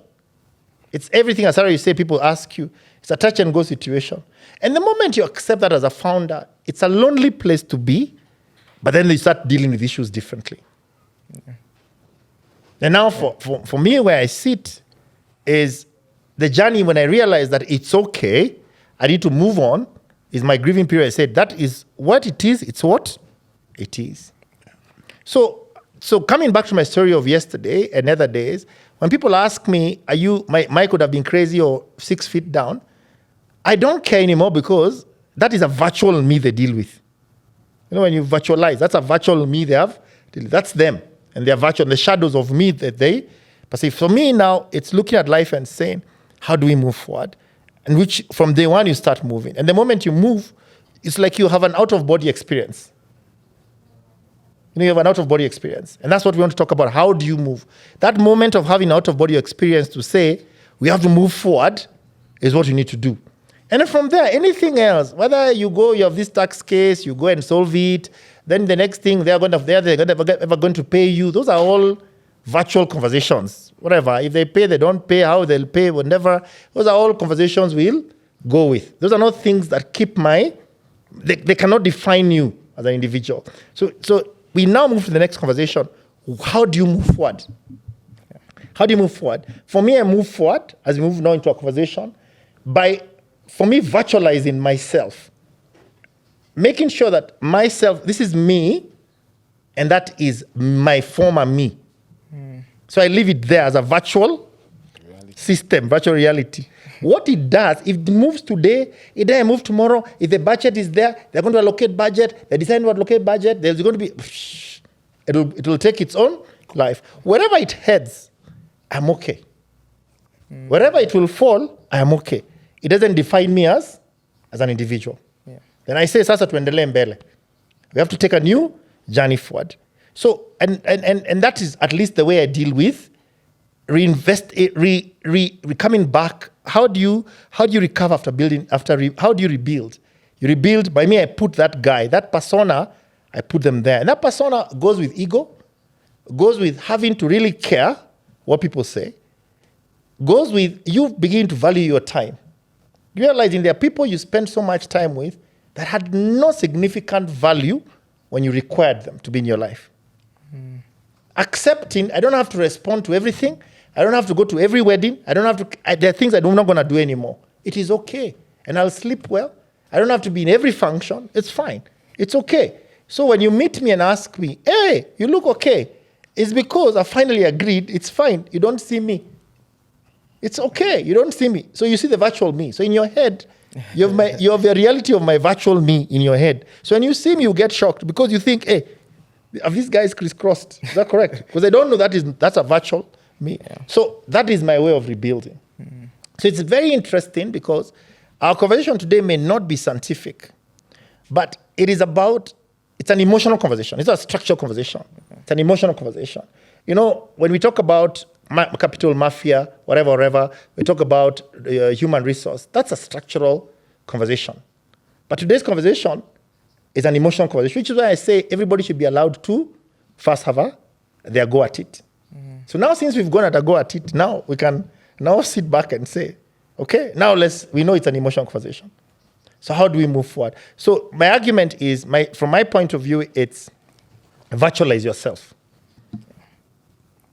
Look at yourself and say, that is me, that one. And this is me here.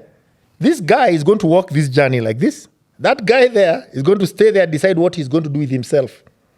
If he moves forward, if these two guys ever meet and there is commonality, okay, because there's been some level of alignment, so be it. If that guy goes and one day they decide things are not going to work out, it's fine also. Is that correct? But then you're not in the shadow of this other individual, okay? So over to you guys. How did you guys rebuild after the fall? That's how I rebuilt after the fall. After that, when I rebuilt that way, it allowed me to see new opportunities. Because now this guy is there. Your mind is open. You free yourself. You free your spirit. You're able to see new opportunities. For those new opportunities, I saw I could rebuild Ponea. Is that correct? I could build a new business called Ponea. Go back to shareholders and say, we want to do X, Y, Z. Rebuild what we are doing with you guys here. Is that correct? We begin to see opportunities at a much more abundant way. Being able to help others. Because you can only be able to help others when you've gone through this. Because I start realizing giving back to these people as we talked becomes such an important part of life. So when I sit down with other founders and I'm sitting in the advisory boards, I do it without any question. When I believe your heart is in the right place. You get my point, right? But also understand what your true north is. What are your non-negotiables? As you said, in that prison when you sat down in Sudan, you must have asked yourself, what are my non-negotiables?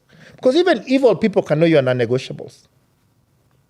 You know, if you sit with people who are evil at the table, they will know this one, you can do whatever you want, but this non-negotiable, Mike is not doing. But also knowing they are good people who you don't have to know. You know, the guy who you said had calves and everything. Even in evil, there's a good person. There's good in an evil person. I saw more goodness, more kindness in jail. Yeah, on the street. Yeah, exactly. That's it's the fine. paradox from my experience. I found more kindness in the person who didn't have a shirt. All of us were without shirts, sleeping on floors. Yeah. I saw more kindness in that condition than kindness in people with suits in air-conditioned buildings. That's my paradox.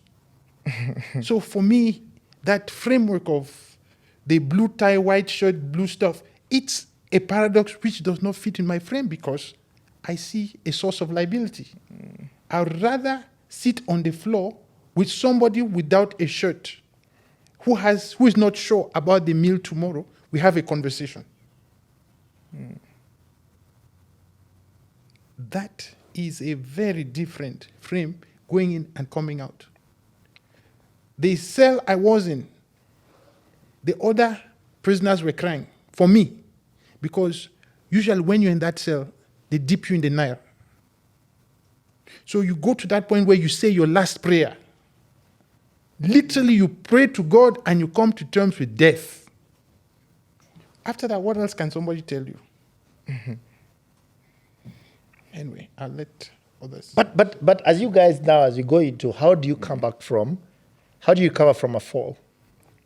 And sometimes recovering from that fall, occasionally you have glimpses of moments where it brings you back, where you want to go away, it brings you back. Like for me, for instance, as I would like you guys, Tesh and Sarah, we move into how do you get back? I think, Sarah, to your large extent, you've explained how, for you, grief by default pushed you back.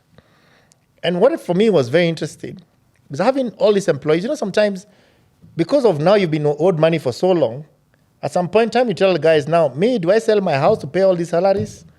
You tell guys, let's stay in together for the next 3 months. We see how it is. To be honest, when you look at the numbers, it was easier to have fired everybody. Yeah. It is easier when you look at the numbers. When you look at, just use financial sense. Fire everybody, and I'm sure you must have gone that. Yeah. But what you do because you're humane, you say, let's hold it for 4 months. But because on one side, those guys are holding something called contracts, paper. You're holding, telling them, you're holding integrity to them. Say, guys, we are together in this. Is that correct? So you say, let's chill out a bit for 4 months. So what happened, for me, what's sad is some of my employees got auctioned. I know some of guys who lost his house. They lost their cars. Many things happened to these guys. And these guys, if you know the story from the other episode, these are people who have grown with me from school. So they believed in me, okay?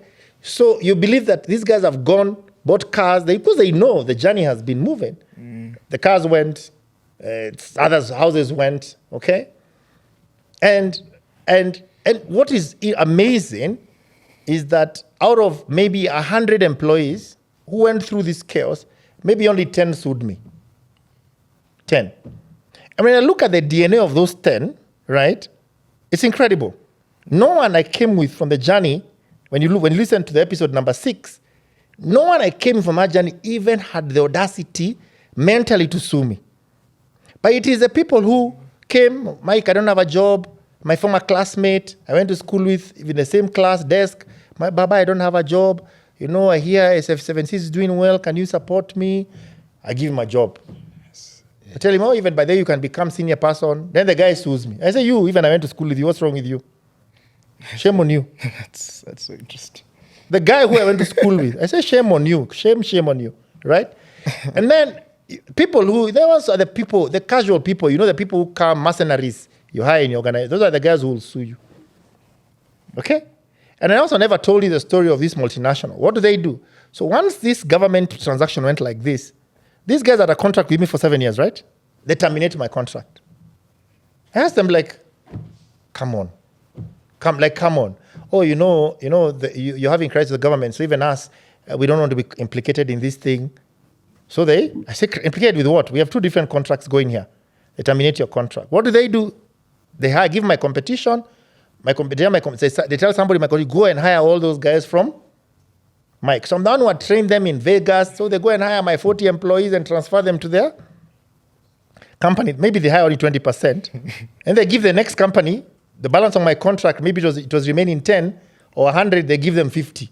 So the next guy delivers my same contract at 50% of the cost. Stupid, you know? But it has gone. And then I say, hey, these guys are playing games. We have to go to court with them also. So also going to court for me, it took a lot of guts, but not guts. I knew I had to do it because it was the right thing to do. I think that is a public story. You know how that has gone. And we eventually won. But for me, it was not even about wins. It was about validation that what we did was right. Because you talked about reputation. How do you gain your reputation? You get your reputation by doing what is right. Is that correct? Because if you know you've done what was wrong, how would you gain back your reputation? So you have to accept, number one, reputation has to be earned. And for you to do that, it has to be validated. Is that correct? So I would like to go back to you guys in terms of how do you regain after the fall? For me, I think one, doing what is right legally, leverage your legal system. Where you know things are right, even if they tell you the courts are corrupt or whatever, I ought to file those papers, bloody file those papers. And the person who you go with through that legal process, again, is also a trust issue. Because you don't know who can be bought, who cannot be bought. Because there's always a price. Again, that's another thing you have to. So it's like there are layers of trust that you need to create. Is that correct? Yeah. And then from a people point, the relationships that you create, you realize which ones you need to value. The ones that you never called on, you never looked after to ask them, how are you doing? How are you keeping? How is everything? The ones who never look for you are the ones that will come and save you half the time. Half the time are the ones to come and save you. So I really want to understand, Tesh, like for you, and also for Mocha, how do you regain after what you went through? How do you still have that energy to wake up and say, I'll run a business? Yeah, happy to go. I think one of the biggest things I've had to do, very important, is just acceptance. So to give context, in 2018 is when we started MarketForce. And within the first year, it was a profitable business, small team, 20 people. So when you say your story, I'm feeling a lot of PTSD about thinking about having hundreds of employees and, all the pressure that comes with that. But what happened for us is we always had this grand ambition of building a Pan-African business. We could see how what we were doing for merchants was something that we could scale across Africa. And I think the first thing with me going into tech business was I had something called an anchoring bias, which is when I went into business, I could envision the kind of businesses I wanted to build. And my anchoring was based on Silicon Valley way of building a business, because as you remember, the first tech business that made me even do computer science was Facebook. I want to build something like this. So how is this built? I forgot that I was in a different market. So that bias made me think about building a business a Silicon Valley way, which is very patient. What happens in Silicon Valley is you'll get money. The investors have a very long, outlook. So if you look at a business like Microsoft or Uber or Amazon, all these businesses got funding for at least minimum of 5 years before they broke even.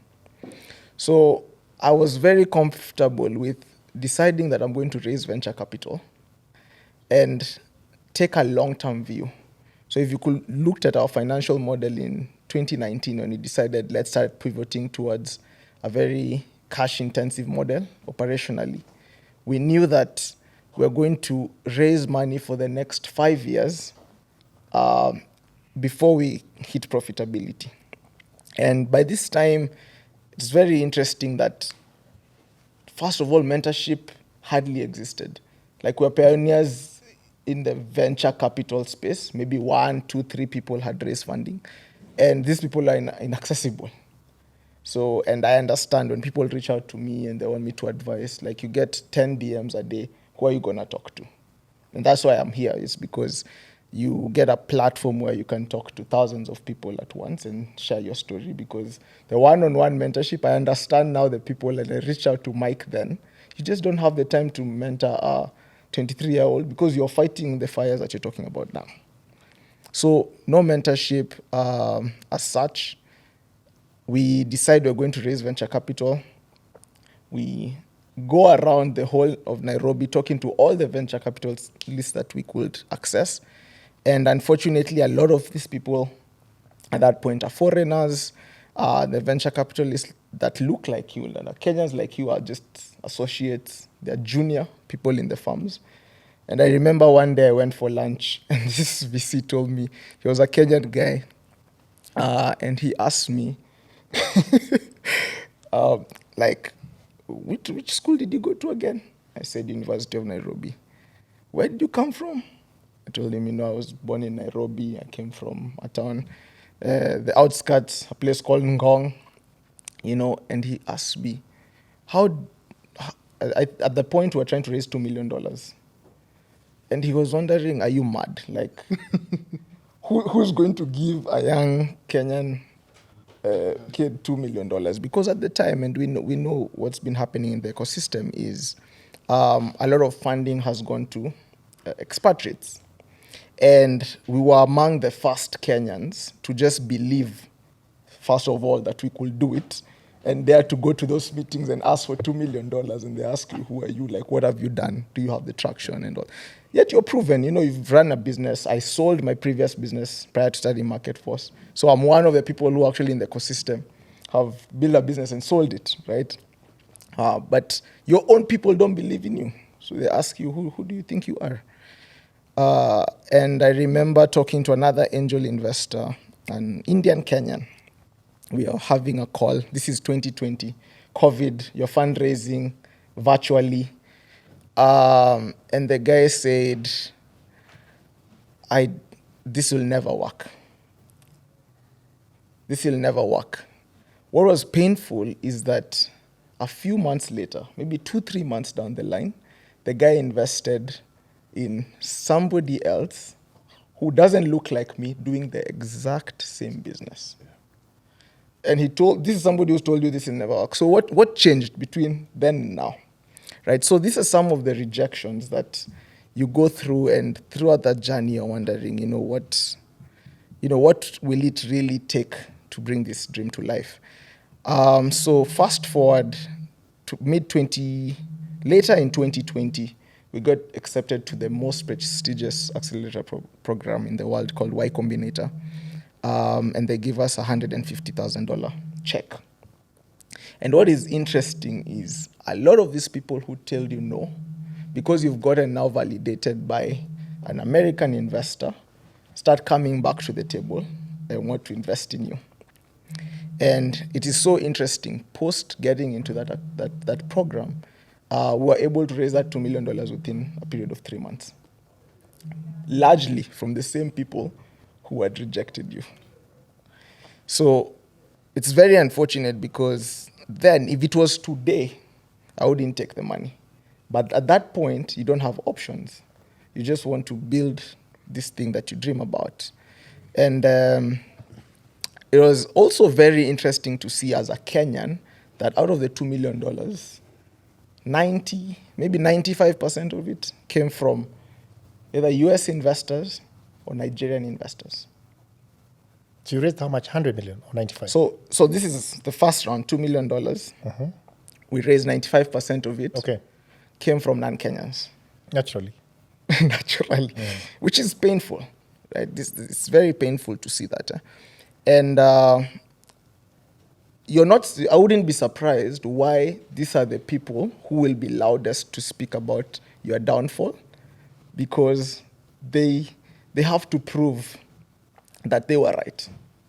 So that is why I'm not surprised when you hear in the ecosystem, all the bashing of Kenyan founders who've dared to do it, whether they failed or not. For me, it doesn't matter. But the point is they dared to do it. We went on to raise $40 million in 2022. In 2021, going back to your story of expanding across the country, we expanded to 10 cities, 10 towns in the country. It was very tough. We faced a lot of competition. Ultimately, our business failed because we couldn't escape competition. So we had terrible unit economics. That means for every order we delivered, we were losing money. And remember, we're building an Uber model, an Amazon model in Africa. So these people build with the idea that we're going to buy market share over time. But Africa and the money we got was not patient.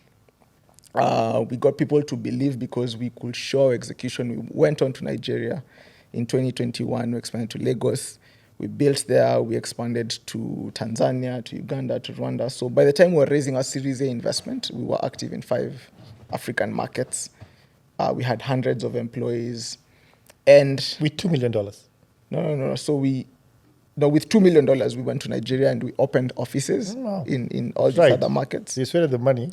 Yeah, so actually one of the pitches when we're raising for a Series A investment is every dollar that Market Force raised, we generated at least 5 times in terms of traction than our competitors. So we were very capital efficient. If you look at some of our peers in the space, they raised double the amount, triple the amount. And ultimately, we ended up in the same place. Just the market was not... The problem we were solving was not one worth solving. The customers ultimately didn't care. They only cared about price. We're trying to digitize, how Dukas order for stock, and they didn't care about it. And that's the situation today. They go to the supplier who has, the least price. And in some cases, it's that traditional distributor who is very entrenched. They've had deals with manufacturers for the last 20 years.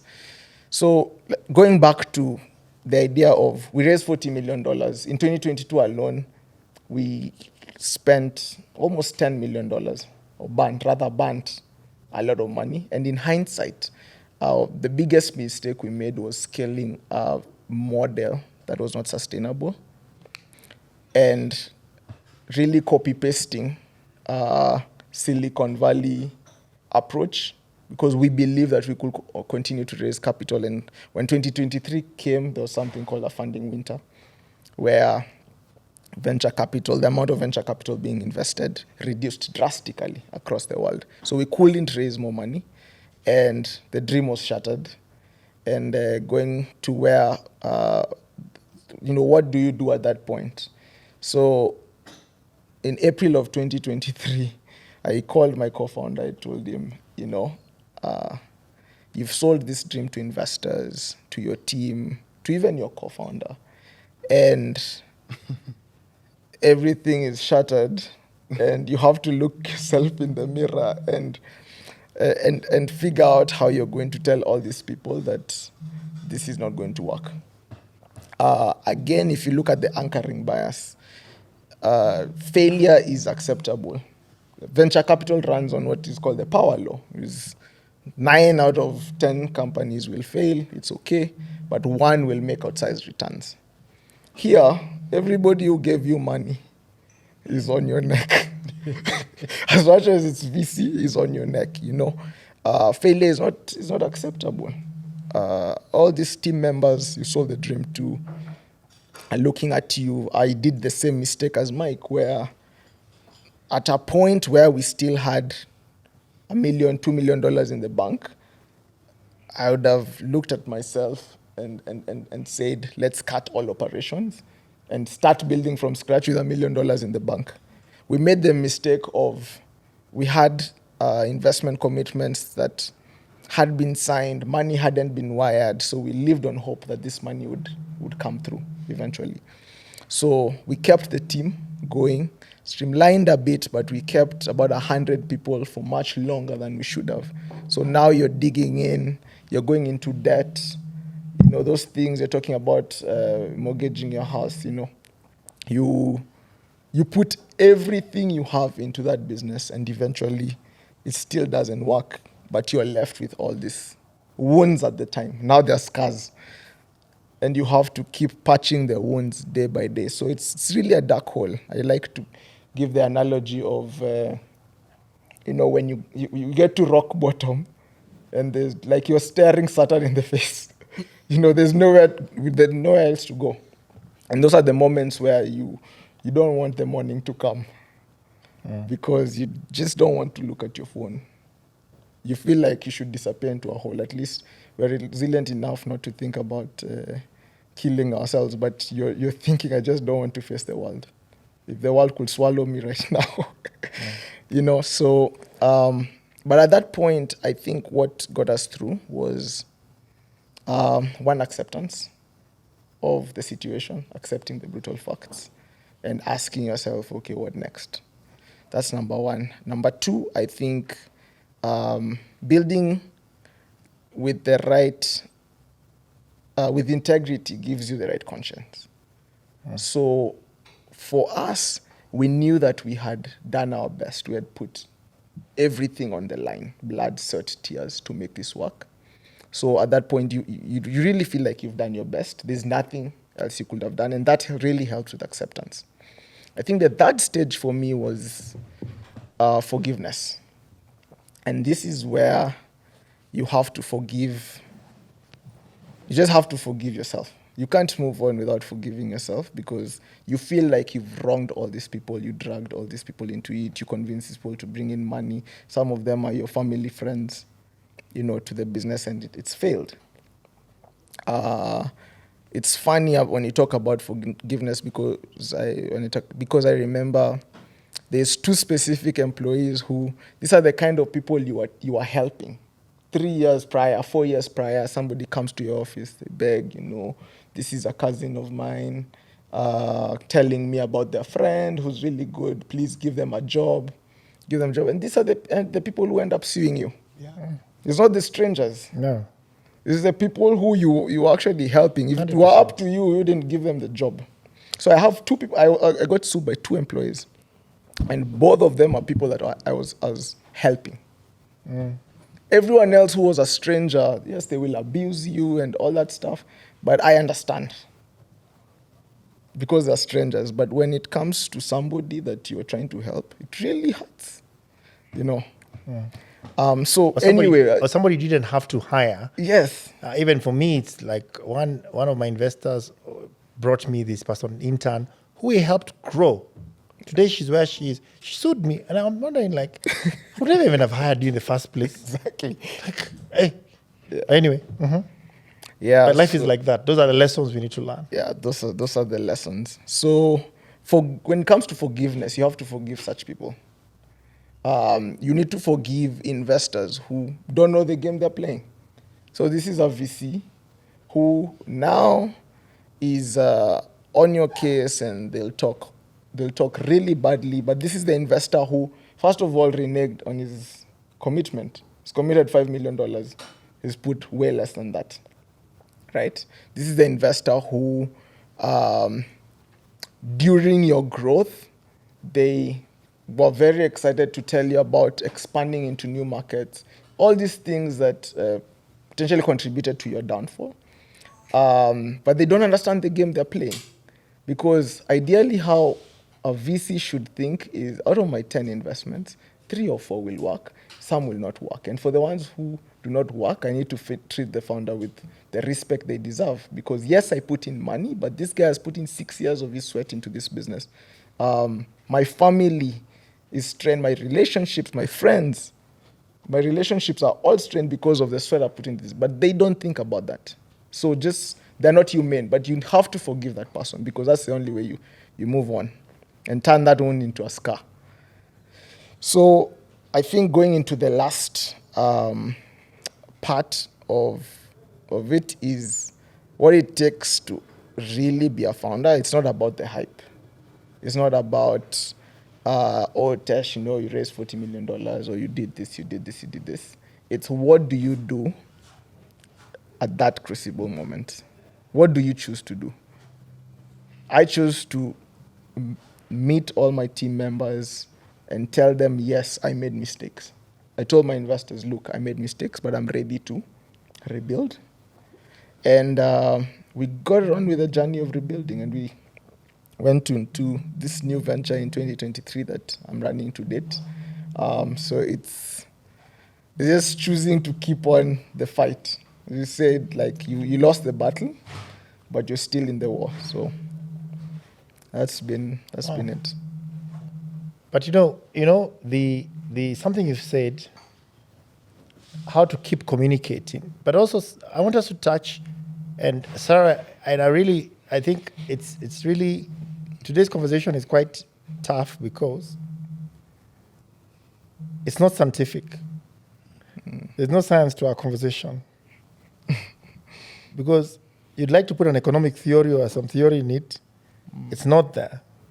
So it's something we just have to evaluate and have a conversation. It's our grief, and understand how to deal with grief and how to rebuild the grief. And I'm really keen to listen to you guys, Sarah and Mocha. I'm still wondering, if I'm thinking I'm going to go to the Nile and be thrown in,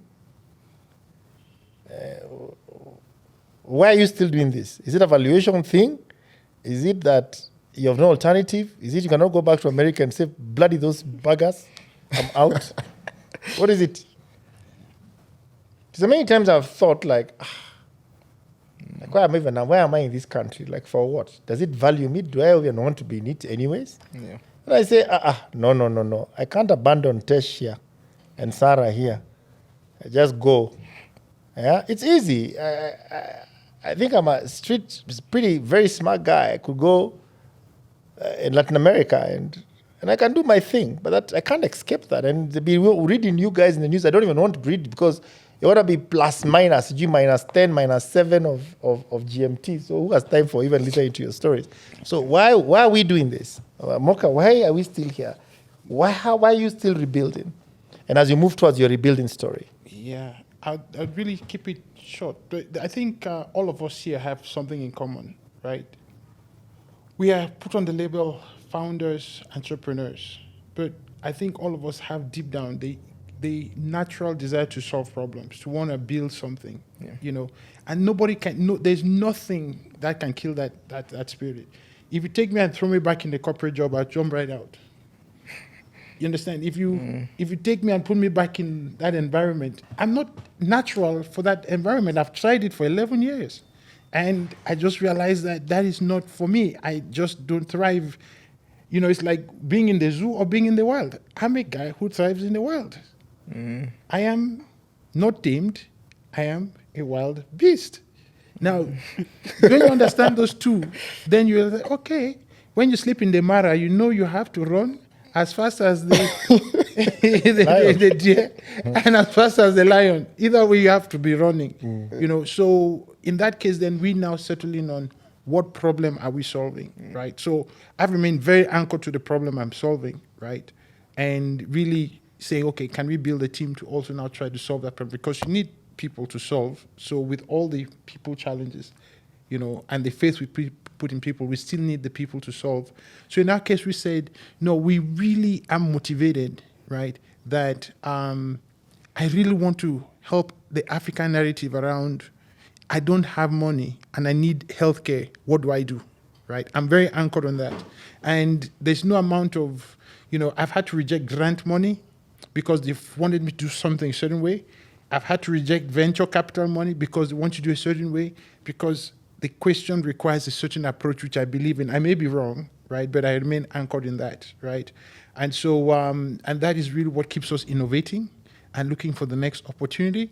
And I think what I learned from the process in all of this, right, is do not expect that external validation to drive your business, because I think many of us, we make the decision based on the external validation we're looking for, right? Or I'm in 5 countries, I'm 200 staff, I have this big building, I'm driving this car, my brand logo is this, I'm wearing the hoodie. We're looking for that validation and make our decisions to suit a validation as opposed to a validation to stuff. So what I just did was that I get very angry when I get a customer complaint, because that means I failed on my promise. I have not promised anybody out there anything else besides trying to make sure that I'm solving a problem for that person. And once as I'm in that space, literally it's an iron shield, where my moral compass is the obligation to the customer, the person who we're trying to solve that problem. And that also took me from a very specific space whereby we're no longer trying to solve a need in the market, we're solving a problem.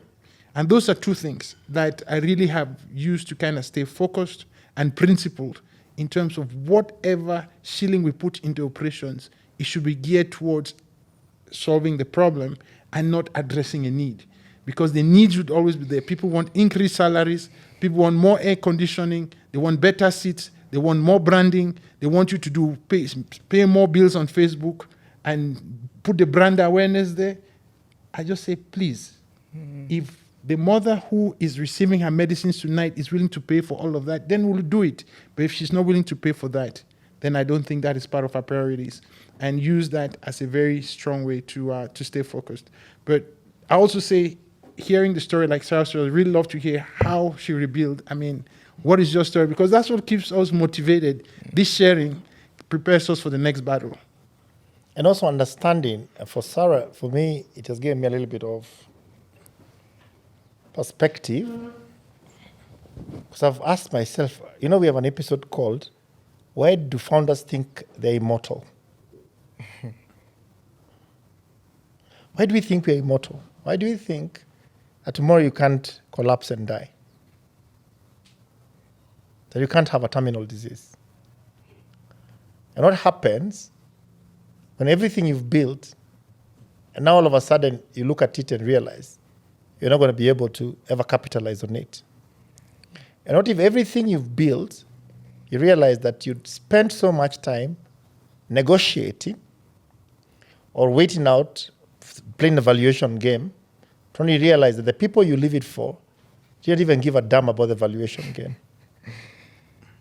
Sarah is incredible that she took up and did this. Me, I don't know how many people take up and do what I'm doing. I don't know. I highly doubt because first of all, I think maybe we've geared ourselves so much mentally and to what you do that it takes another your normal human being. Maybe that's what we think. Maybe if your husband was to come back in and show you wherever up there, he's looking at you and thinking, "Oh my God, she's breaking it. She's doing it." Yeah. Maybe that's also another fallacy that we think other people can do it. So it's been a very interesting conversation. I know quite emotional about, and it has got me thinking about immortality, about founders. Like, why do you think that you're immortal? We have a topic like that coming up sometime.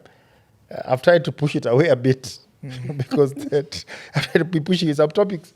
I push away a bit far because I think this one is too far. It becomes too much. It might close my show. Let's just hold for to shikilia. Let's first discuss the nice things, okay? So even today's topic is quite. I had hoped to push it out, but I guess we're where we are, right? So Sarah, over to you.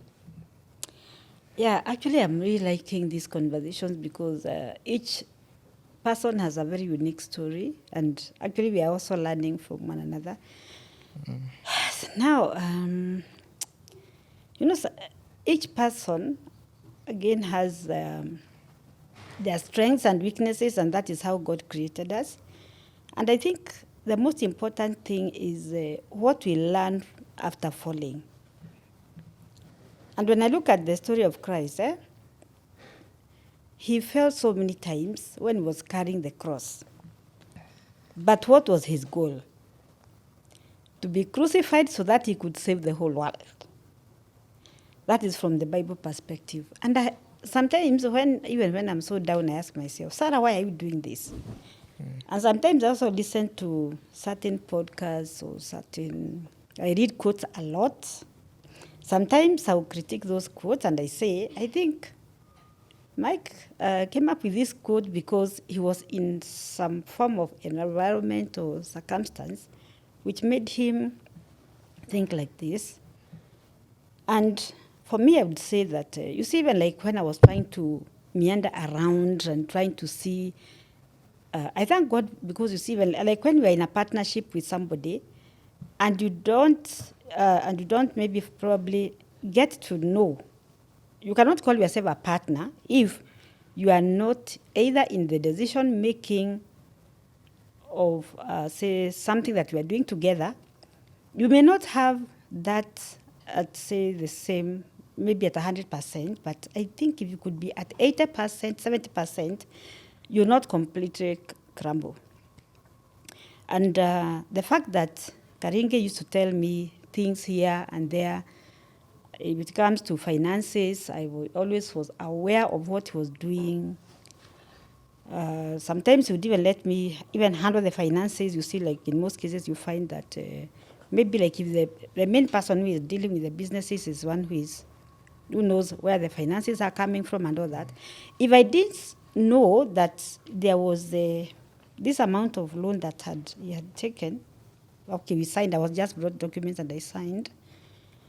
If I wasn't aware, maybe it could really have made me really get very, very, very shocked because that is what usually happens sometimes. And that's why you see some businesses even just disappearing from existence. And I learned from him because he used to engage me a lot, and sometimes he would come home feeling so sad, and sometimes he would be very moody. And I used to, now after he died is when I realized, now I understand why, because I used to call him Daddy. I used to understand why he was, in that state. Sometimes would be so low, sometimes because maybe he's being pushed by people out there. He's owing them a lot of money. He doesn't know where to get money from, and he doesn't even want to discuss with me. And we just be there looking at the news, and he's not really, could just tell that his mind is not there because he could see it was very far out there. And then it's when I realized, gosh, if this is what this man was really going through, and I'm going through this right now, who can I share with? And I realized it was actually my journey. I didn't know whether to go and tell anybody. And one time I remember sharing with a friend of mine. She asked me, Sarah, can't you just close this business and just call it off?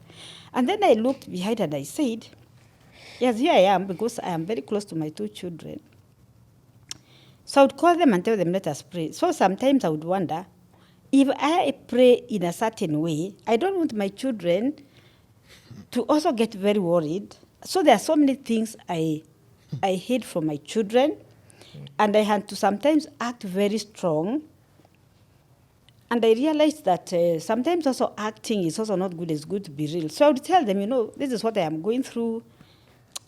And then they would be worried. But then I also wanted them to realize that even them a time will come when maybe I will not be there as their strong pillar, and they have to face life. So I would sit with them and tell them, this is what I'm going through. I'm being frustrated by this particular office, and this is what is happening. Other times I would decide I will not tell them because I also didn't want to crush them. And then unfortunately along the way, my son becomes an alcoholic, and a very serious alcoholic. And we're also dealing with these other issues. And I think Mike is one who talked about that you have, when he talks about trucks and maybe like you buy 20 and 5 somehow disappear, maybe your employees crash them or they don't really care. So I was wondering now, my son, he can see the father is not there. I'm dealing with so much. Maybe if it is now the bank was running after me. We had a loan that had accumulated to 12 million. I also don't have this money. Yes, of course, we had a house where we were collecting rent. And people sincerely don't really care about you. That's one thing I was thinking. Maybe people will feel sympathy on me because I am a widow. And so they should sympathize. Let me tell you, I learned that maybe out of 100 people, it's only 2 who will be very concerned about you. And I realized that sometimes friends, the people who call themselves friends, whom you think are your friends, are not really your friends. And I think it was Macharia who said, that stranger who you don't even know will be actually your help. And I would call my friends, not so that they could give me money, but just for we talk, and somehow I forget about the problems I'm facing. They will not pick my calls, or they just disconnect. And I would be like, Sarah, who are your friends? And I called myself to a meeting, and I realized, I think my greatest friend is God. And so I decided, let me be just reading the Bible, and I faced this battle. And I said, Sarah, you know what? And sometimes I would just talk the way I am talking. I go to the mirror, I look at myself, and I say, Sarah, I'm talking to you. This image, Sarah, I'm talking to you. And you have to face this battle, and how are you going to do it? And so I sat down. I became real and so realistic. I wrote down all my challenges. I wrote here, this, like that. And then I went writing my successes. And I was like, so when I saw the achievements I had made, and I'm also here struggling with my son, who sometimes I would be so happy to be called by a cop and told, your son is in this police station. I'll be like, oh, I thank God he's in that police station because I knew he was alive. And then here I am. Maybe he has also taken a vehicle. He caused an accident. That vehicle is completely gone, and I'm being told by the owner of another vehicle somewhere, the cop tells me, this is what has happened, so I go and deal with that, and I say, God, thank you, because my son is alive. Then after that, you go to the office, you are being called, you are being told that, these people from Kenya Power have come to disconnect the power. I owe them so much money. I'm like, God, now I look, now there's no money that is coming in. The tenants are AFOS or not paid. And then I asked myself, and as I was telling you, sometimes you ask yourself, what is it? What is your strength, Sarah? What is your strength? Your strength is talking. So I go, and I say, these friends of Karinge, let me go and see this cop who was a senior person in Buruburu police station. It was not OCS, OCPD. And I used to see him come to my husband, like on Saturday. They go out, they're eating meat, and then he's helping him in one thing or the other because, of course, we operate from Kariobangi. There used to be very many criminals, and I would see them sit, and then they would sort out some security matters like that. So I said, Sarah, come on, go and talk to him. And I go to his office, and I break, and I cry, and I tell him, now, I don't know what to do. You are my only help. And then he asked me, Sarah, what do you want me to do for you? And I tell him, and I thank God for him, because even as much as people say that cops are corrupt, that man really helped me. He asked me, what do you want me to do? I want you to help me to collect all the rent for the last 2 years. People refuse to pay, and I think this is where I can get help from. So if I get this money, I think I'll be able to sort out some of the problems. And I also thank God for my late husband, wherever he is, may he rest in peace. So there were these plots he used to buy in my names, and I said that time it was not as hard as it is today disposing of property. And I said, Sarah, I get that story of the Bible. And especially there is a verse that even up to now, in fact, it's like my saving grace, or it's where I feel I refer to Mark 11:24. Whatever you ask for, believe you have received it, and it will be yours. And I would say, even when I'm going to say like I'm coming to Mike, or I'm coming to Tosha, I tell him now, when I'm going to see him, I'll have, meditated Manifested. on that verse. And I would believe that he's going to do it for me, and imagine he would do it for me. So I went, and this cop told me, don't worry. So let's meet at your place on Saturday. So he comes with, of course, these trucks, the pickups which they used to use. He comes and parks them there. There are 3 of them. And then, of course, there are these policemen with guns. And then, of course, he makes them feel like now these tenants are out to calm down. They come there. They're so shocked. They don't know what is happening. So then this year I have my list of the people who are owing me money. So they are called one by one. Tosh, Mocha, this amount of money. Macharia, this amount of money. Do you believe you see psychology? And I'm like, oh my God. So I even start feeling like I'm feeling pity on them. But on the other hand, I'm being pushed to clear this other debt. I don't have anybody to help me. Of course, before, even if there was a debt, I would be, Dad, there's this debt. Mimi. So you try and tell me. But this time now, Sarah, you are the father to your children. You are the employer to so many people. There's this construction site also that there was so much on my shoulders. And I would be like, now God, this man left 4 buildings for people he was a building for. So you have to work on them. So how do you do it? And I say, as I've said, I use my mouth. And let me tell you, that man helped me. And I was able to collect that money. Those people are given an ultimatum that told, if by this date you not have paid, definitely is what is going to happen to you. Then if it's these other houses, I call these people and I tell them, listen, I am not the one who was building, but now you, Tosh, this is what we are going to do. I have this house. And so, of course, I call now these people who are working with him, and we sit together and we say, now I call these people. And sometimes, you know what, it is good to talk and to show people, yes, there is this problem, but I think we can do it this way. How do you think yourselves? So some of them will give you solutions which you think may not work for you. So I don't have to burden myself to do something which I think will make me uncomfortable, or maybe I may take so long to a point where I may now, of course, disappear from existence because of course, either sickness or maybe death or something like that. And I also have a family to take care of. And so I sit with them and I tell them, listen, I know, fortunately, Karinge was very organized. I would see, if it is Tosh, this is how much he had taken from him. The project was worth, say, 20 million. He has taken only 12 million, so there's a balance of 8 million. And this is what he's supposed to do. So I call my people, we sit, and then we see. And I start now with the project, which is easier to finish. So I quickly move. Within 9 months, now we are finished. And along the way, I'm also learning something that I was never interested in. But because now he's not there and I'm wearing his garments for work, I have to make sure that I work on it. And I continued like that. I pushed myself, I encouraged myself. Then coming to the bank again, now this story of the 12 million. How I dealt with it was this. I went and I took some of the plots that were in my names. He had used to buy some plots, either one next to his, another one mine. So I would take mine. I quickly tell now, I want you to sell this for me. Yeah, so I think, and without going so deep into the issues that, of course, affect us, but it's good to discuss about them. It's good to realize that the battles that we fight, sometimes there are people who will not help you, and then again also they could be the same people that you have been helping, like what Tosh was saying.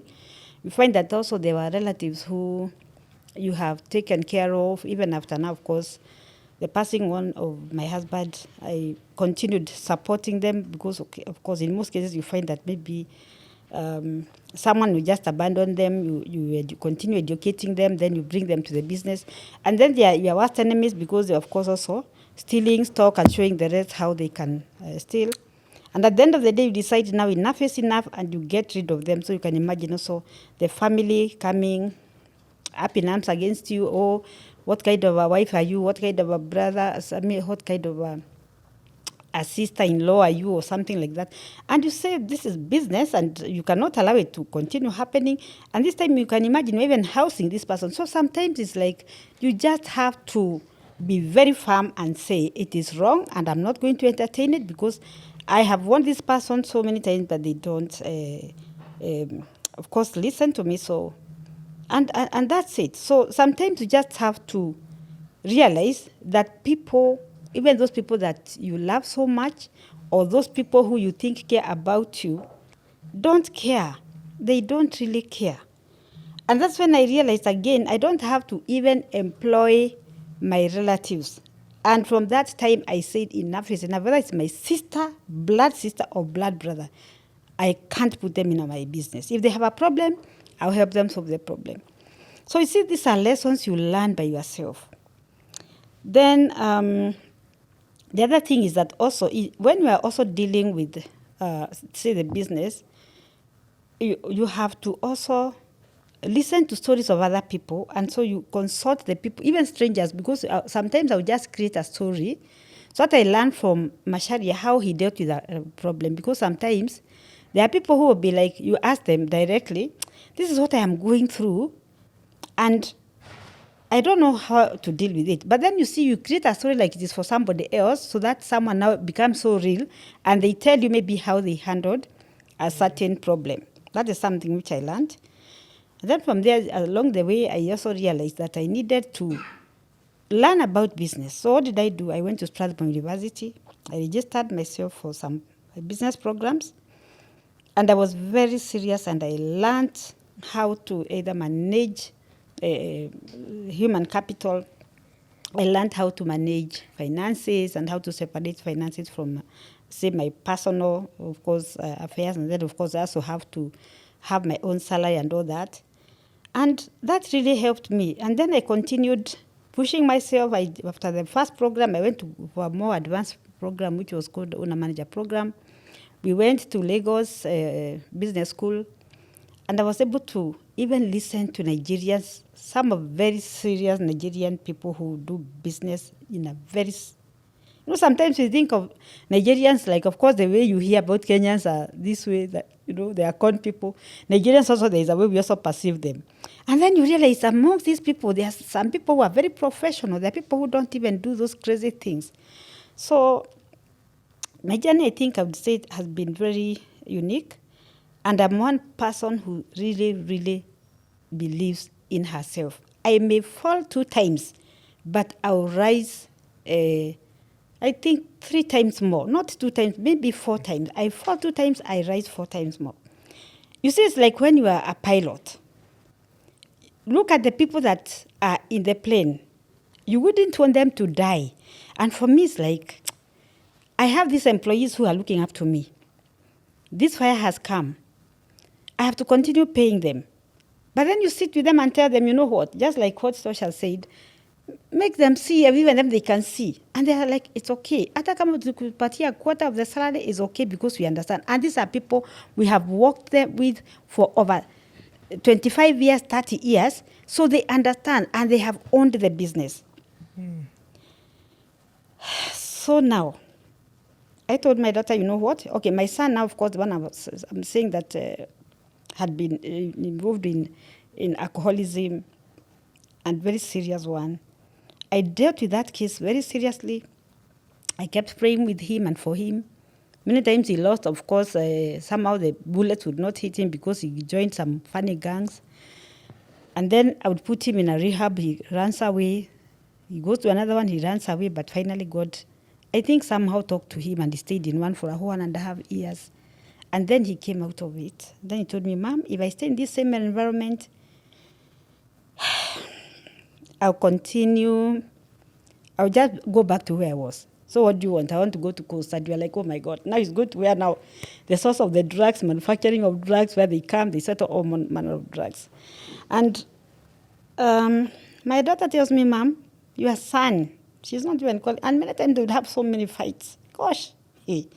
For the parents who have such children, I feel so sad for you, but you have to keep fighting the battle, and you have to keep telling your children, you know what, in as much as you may be what you are, I still love you. It was very painful, it's hard, but you have to show them also that love. And so now he said he wants to go to Coast, and so he went to Coast, and when he was there, he told me, Mom, I want to go and learn about, I want to become a counselor, and I want to focus on people who are into drugs and alcoholism and any other substance. And so, Shinkopanda, I just have to accept. So he went there, and God is gracious enough. My son is doing very well. He just found his way somehow, and he started a tours and travel company, Airbnbs, and he's doing wonderfully well.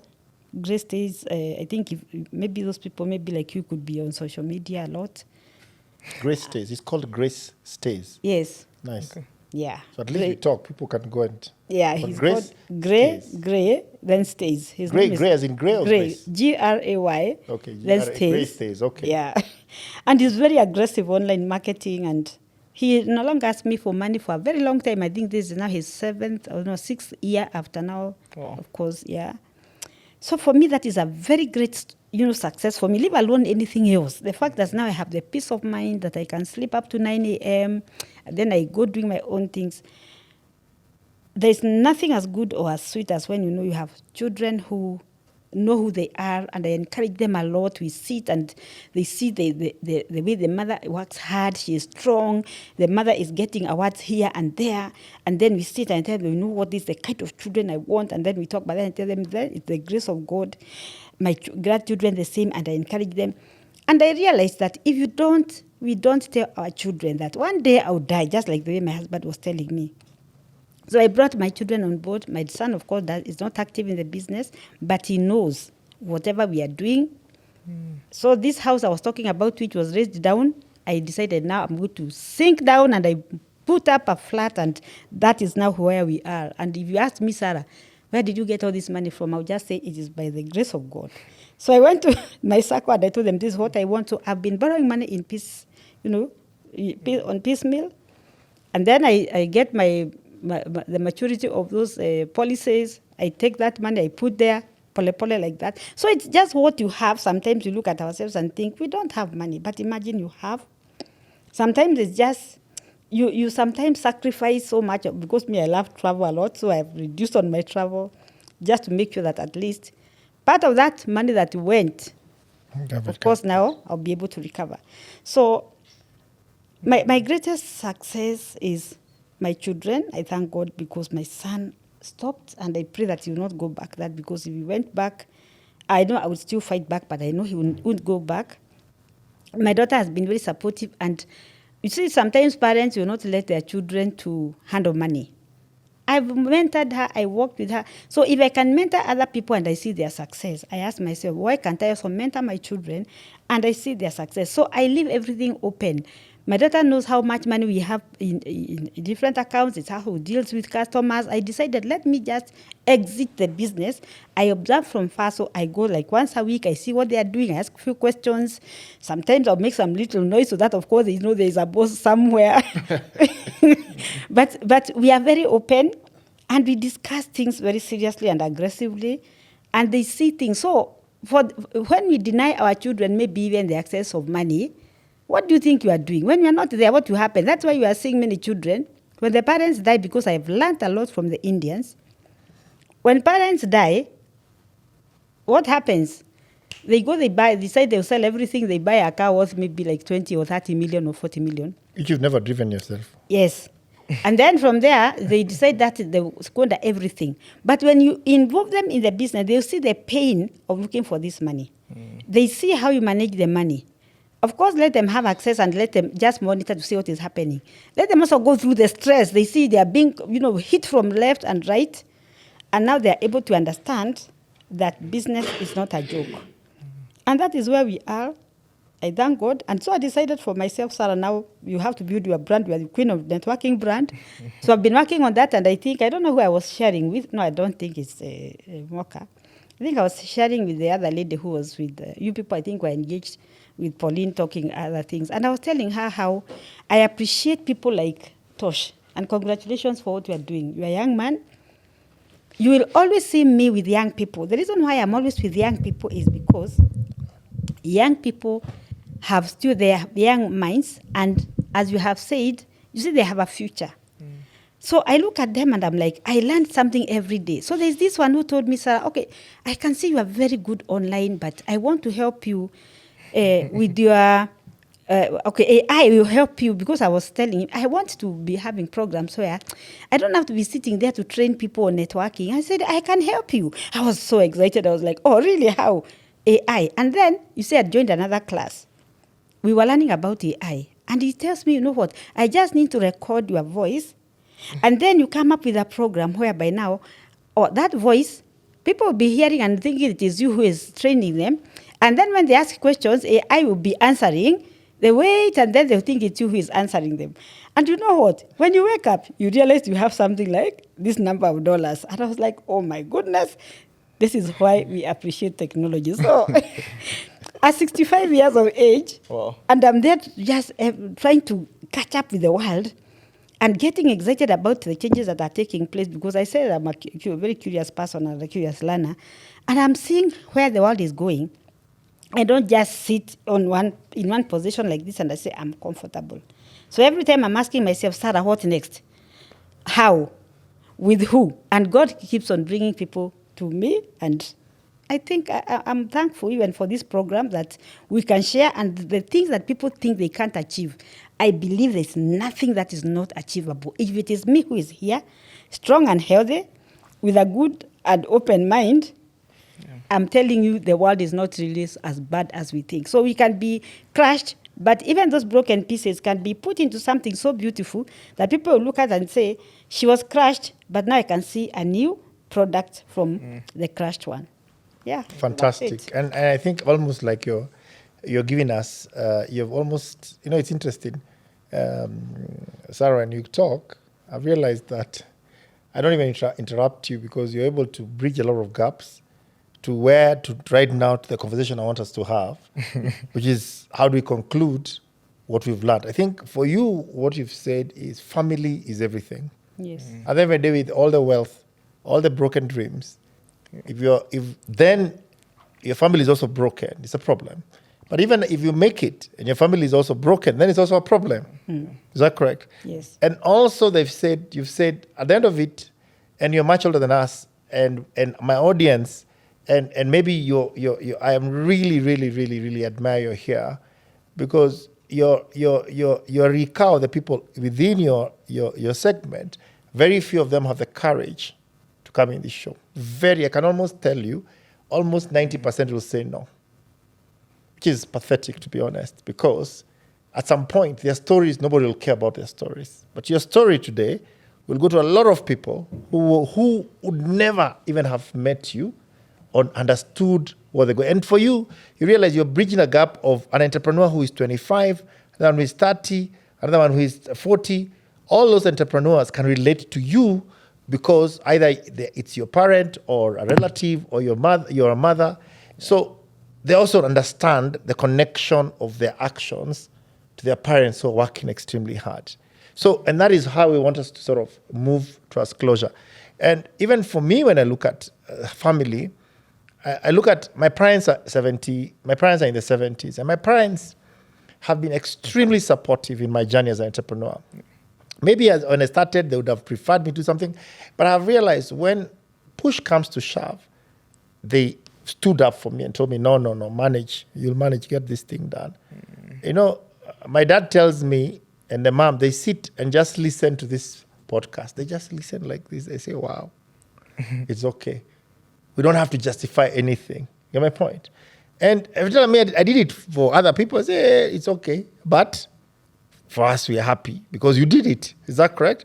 We don't have to justify nothing. But you're doing what you need to do. A guy told me, and in my neighborhood, they even sent this podcast to us to listen. I said, it's funny. People are sending you podcasts of my son talking and his friends. These are my friends, these entrepreneurs. We're in these streets together. Is that correct? So that is, for me, one takeaway that, as you said, family is is key. And today I look at my kids and I look at the transformation. When they look at the newspaper, they read. Right now, I was just watching somebody somewhere. They said, look, Daddy, we are somewhere reading your article somewhere in coming from Nanyuki or wherever they're coming from. just why they went to a shop and found a newspaper and they're reading. It's not a story about other things. It's a story about what you're trying to do, what we're trying to do here. So I think family is important as we look at this. But also, I guess, as we go towards Tosh and we look at Mocha, because we have to wrap this up, I think I'm just looking at how to wrap it up. I think one more thing is something we refer to as circular reference. You talked about banks. You talked about the relationships. The other day I was telling my banker, we're talking to my banker, we are talking. I say, Mr. Madam Banker, you guys keep pushing me, we keep doing this back and forth. At the end of the day, you should be waking up and checking if I'm alive. Because the day you guys wake up and read you're not alive, you're going to be in a big problem. Yes. So you should be the first person to check, I'm okay. Okay, is that correct? Not calling me with pressure. You should be calling me to find out, Baba, are you good? Is everything okay? Can you wake up and make sure this thing works? Is that correct? Yeah. So I think when you owe big, at least. Is that correct? Because that's the best thing when you owe big, so they have a reason to call you. Is that correct? Otherwise, they'll just do whatever they need to do in the back office. So I guess, for me, and I wanted to ask Mocha even as we wrap up and Tesh, the issue of valuation. Sometimes we chase valuation at the expense of. You see, when I listen to Sarah, her valuation equation in her head and her mind is very different from how me and you do value valuation. Yeah. For her, it's incremental value that keeps building. Incremental value. We sit down and create this. For us, for her business, it's a very structured brick and mortar, or not even brick and mortar. Even if it's non-brick and mortar, it's still a business. It's step by step by step. Yeah. We, on the other contrary, we're going out of our way to build valuation-led businesses that are massive on paper, right? That any small reputational risk crashes that valuation. Yeah. So I'd like us also to talk to that as we close, because we are maybe chasing valuations that are neither here or there. Is that correct? Maybe that's what we are doing. Absolutely. At the expense of our health, okay? At the expense of everything. So and finally, I think on my end, it's the issue of engagement. How do you keep engaging your stakeholders as you rebuild? Your stakeholders are many. Even those ones who don't like you are many. Yes. Even those bankers who are fighting with you or pushing you, they're still you have to engage. You have to engage your enemies. You have to engage your suppliers. Even I'm sure you must have engaged a lot of people, Mocha, to get back. Even if you don't like them, even if they know they fight you, you still have to engage them. Is that correct? Correct. You just have to take a humility position and engage them. So over to you guys as we close. That's, to me, are my observations as we look at this, and also as you close, you can also touch on the issue of mental health, mental wellness. How do we still remain sane? Mocha, after what you went through, how have you maintained your sanity and not eventually say to hell with this? So I guess let's close with giving people encouragement that we're where we are today. Is that correct? Sure. And we're going to be here, and our businesses are even more solid because of what we've gone through. Tesh, in your new role, how do you want to close this? Yeah, so thanks. So I think fundamentally how we're building is different. So that's the starting point. So as much as I believe in something called the power of and, which means that you can do this and this very well.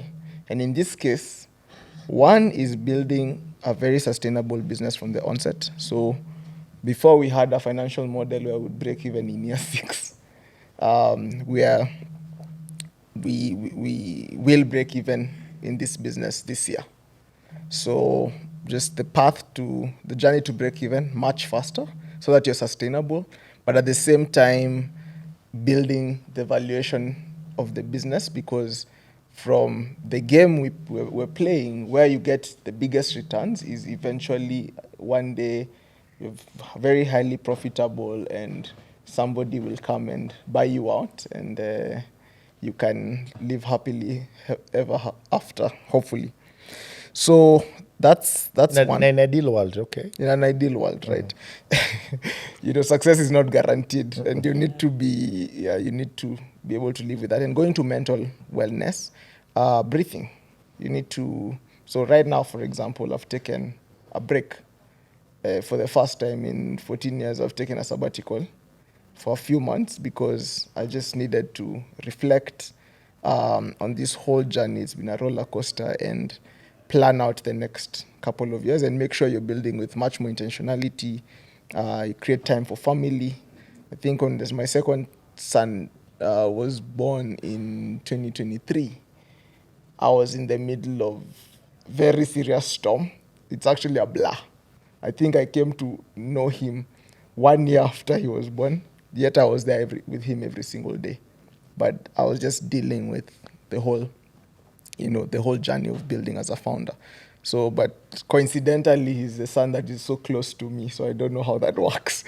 But yeah, so building with intentionality is very critical.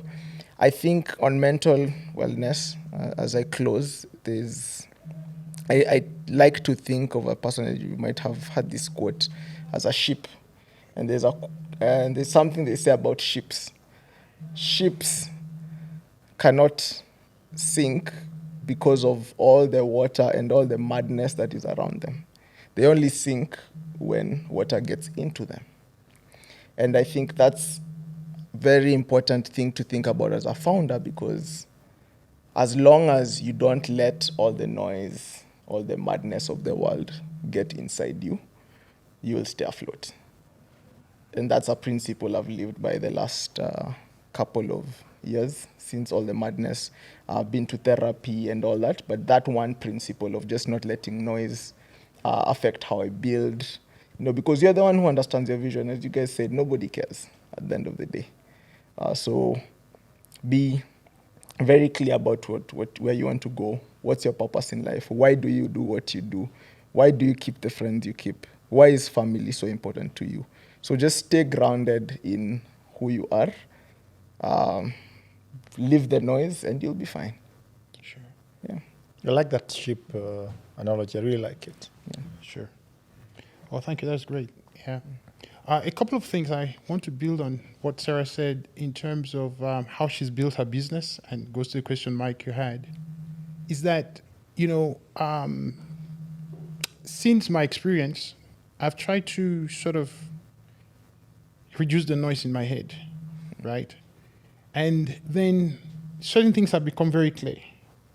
So one of the things that is very clear to me now is that we say we're doing business, we're saying we're in a market. What is that market, right? And now I see a circle. In that circle is that today I'm incurring liability, and I'm also trying to pin liability on somebody else. That's the game we're playing, right? So somebody comes to me applying for a job is to pin liability on me, and I am selling a good and service to somebody to pin a liability on them, right? In exchange for money, regardless of the nature of the business, including the church, right? So the question becomes, what are we good at that creates that liability equation? So at the end of the day, you have created more liability, creating the obligation to be settled compared to the other obligations that you're creating. And if you manage that well, then you kind of have what we call in business a balance sheet that is working in your favor, right? So a couple of mistakes that many entrepreneurs make is that they incur a lot of liability in the hope that at some point they'll be able to settle the liability lump sum. And what Sarah has shown us in the business is that you incur micro liability to create more liability, right? And so she's playing that game extremely well. And for her now, it's fun, because for every dollar, I can call back $2 very easily, which would call in business terms a profit.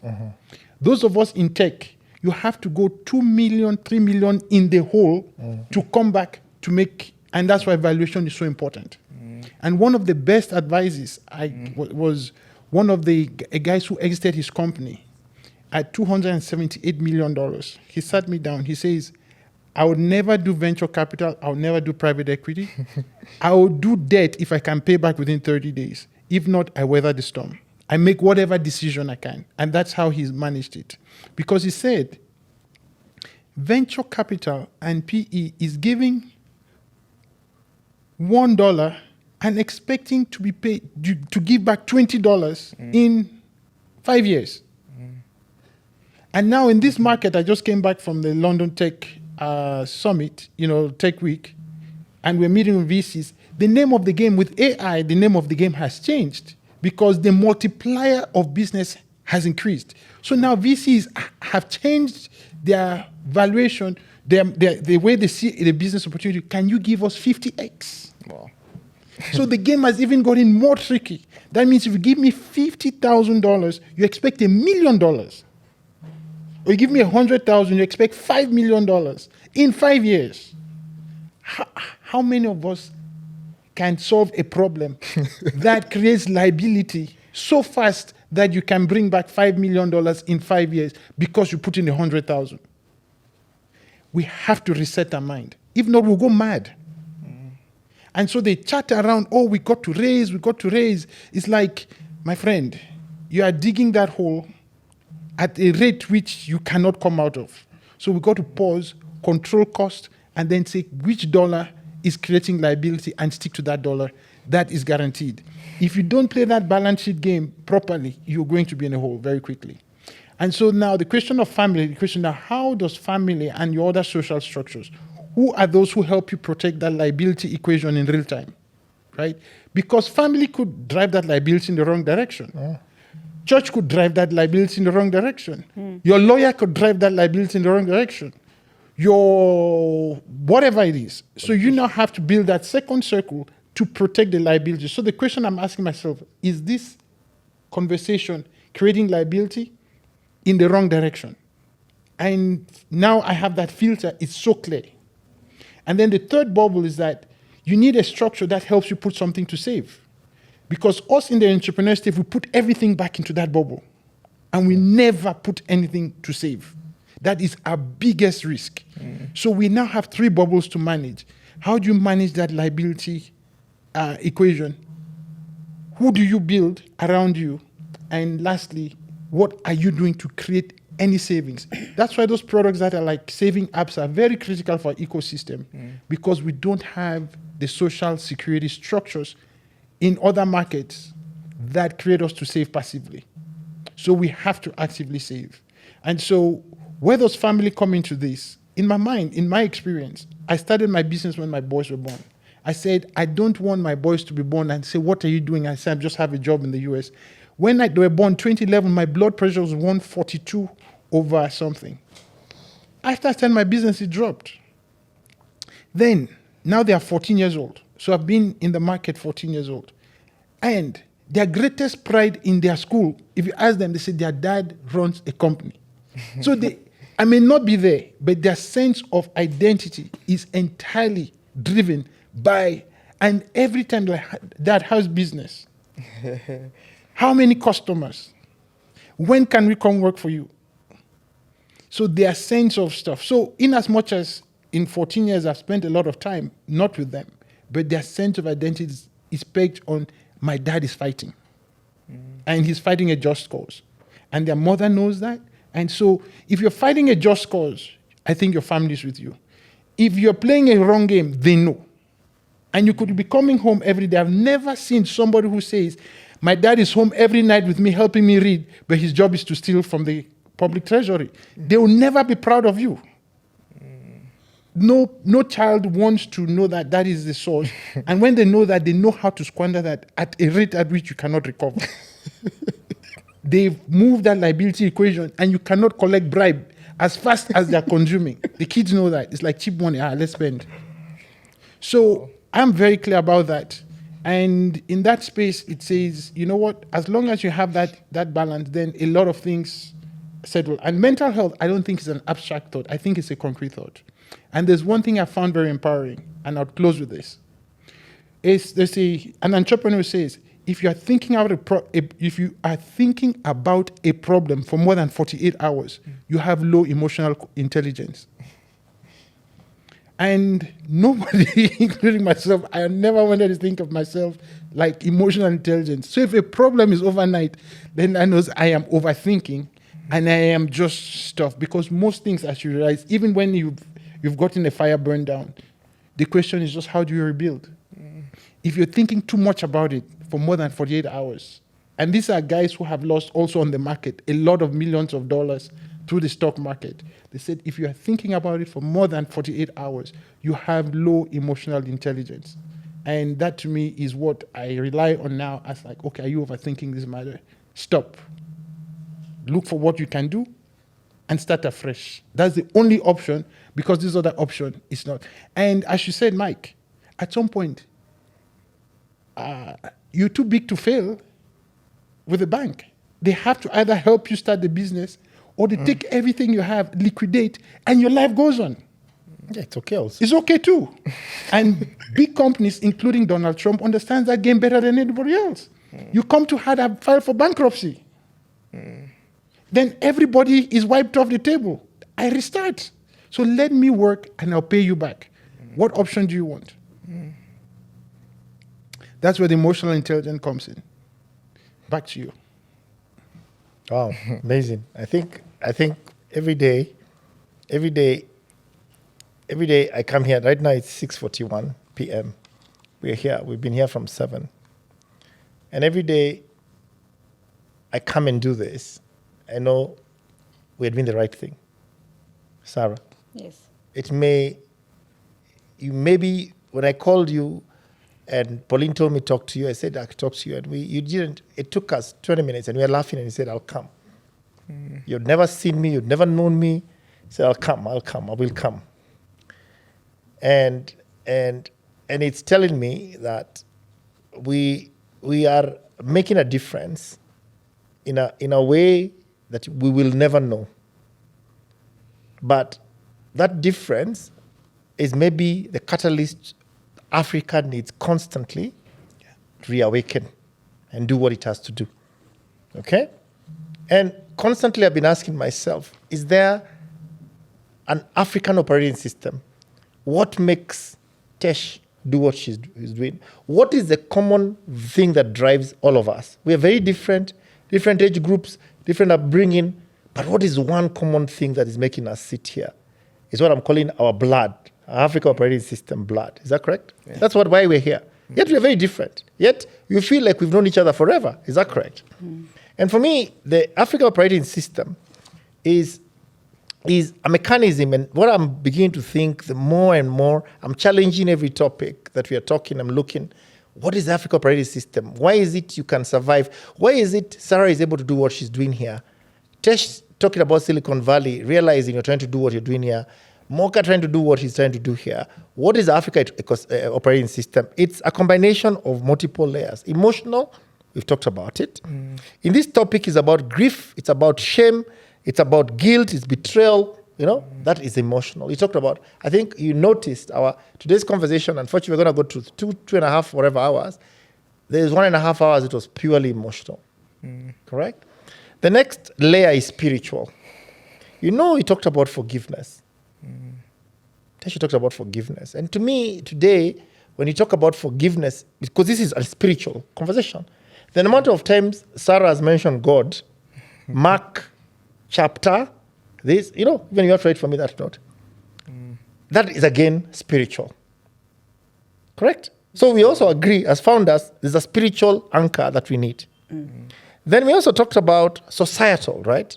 We talked about what people will say, what they said, how they said, when you borrowed money as a family, what you did, how you did it, all that societal. Because it's about trust erosion, it's about rebuilding, it's about reputation, correct?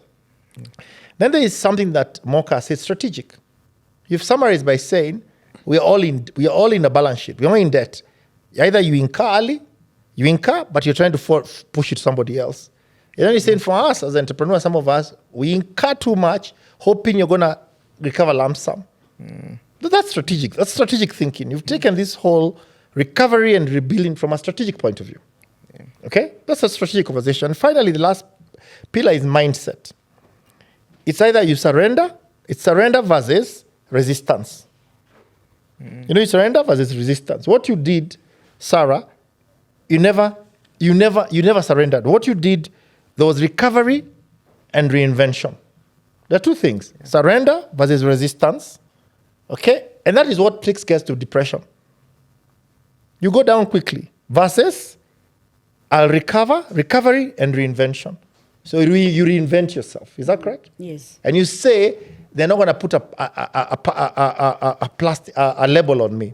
So I'm closing by saying that we are constantly exploring what does everything we're trying to do define. And for me, I think whether it's Kenya, whether it's Nigeria, whether it is Egypt, I think we have to figure out what the African founder operating system is all about. Yeah. Because that is what gives us the glue. Is that correct? Yeah. That is what is going to make us win or not win. Correct? The African founders operating system. It's very different from a European seated in Norway. It's very different. Is that correct? So I'd like to close that and thank all of you. Today, it's one show that we have been extremely vulnerable. Even me, at some point, I had a tear in my eyes. And it really got me thinking about immortality and what happens after. And I really want to thank you, Dr. Mocha, starting with from your side. You know, as you said, you had been looking for a platform to have this conversation. I'm glad that I gave you that platform. Not I gave, you accepted, and you've been pushing me to come to this platform. Not because it's gonna heal, but there's somebody else undergoing the same. Maybe they need to feel you're still there, you're still okay, you still look fine, look healthy, you're fine. The Nile is, you can see the Nile when you fly. It's not that you're in it somewhere, it's flowing down it, okay? And then, Tesh, I really thank you for coming. And, you know, it's, I think a lot of people who know you, Tesh, are going to be watching this and thinking, what the heck? Is that correct? But one thing, they will know that there's a journey, okay? And Tesh, you're 32. I'm turning 32. Yeah, Sarah is Sarah. You should be saying Sarah like this Mom. because you're 65. You can imagine you're gonna have to live another 32 to get to her. So and you've not seen anything yet. Is that correct? But she's given you one feedback. Yeah. That family is key. At the end of the day, you can make it. And the kid that you're not there, you find they're gone haywire, and that becomes even the bigger problem than all the capital you could keep. I think, Sarah, to you, I want to thank you. I think thanks for showing up and stepping up in the shortest period possible and sharing us with such level of clarity, a conversation that you can bridge a gap between millennials. There's a big gap you've bridged, which is very important. That conversation is a conversation that there's a lost generation that refused to have this conversation with us. They refused. And they chose not to give it to us. And they chose not to tell us. And that's why some of us a lost generation. Because we never got people telling us these things. If they had educated us, we would have maybe crossed these boundaries much easier. So I want to appreciate you and respect and really thank you for giving us that bridge. And I would like to say, look, at the end of the day, spiritual people will still say God is with us. Mungumbe? Mungumbele, okay? Yes. So I want to thank you and wish you the very best. And I really want some months from today for us to all have a group somewhere with all these founders and just say, hey, that story is a story. Is that correct? And that story had to be told. Yes. And I hope you, thanks a lot and God bless you. Thank you. Asante. Asante. Yes. Thank you.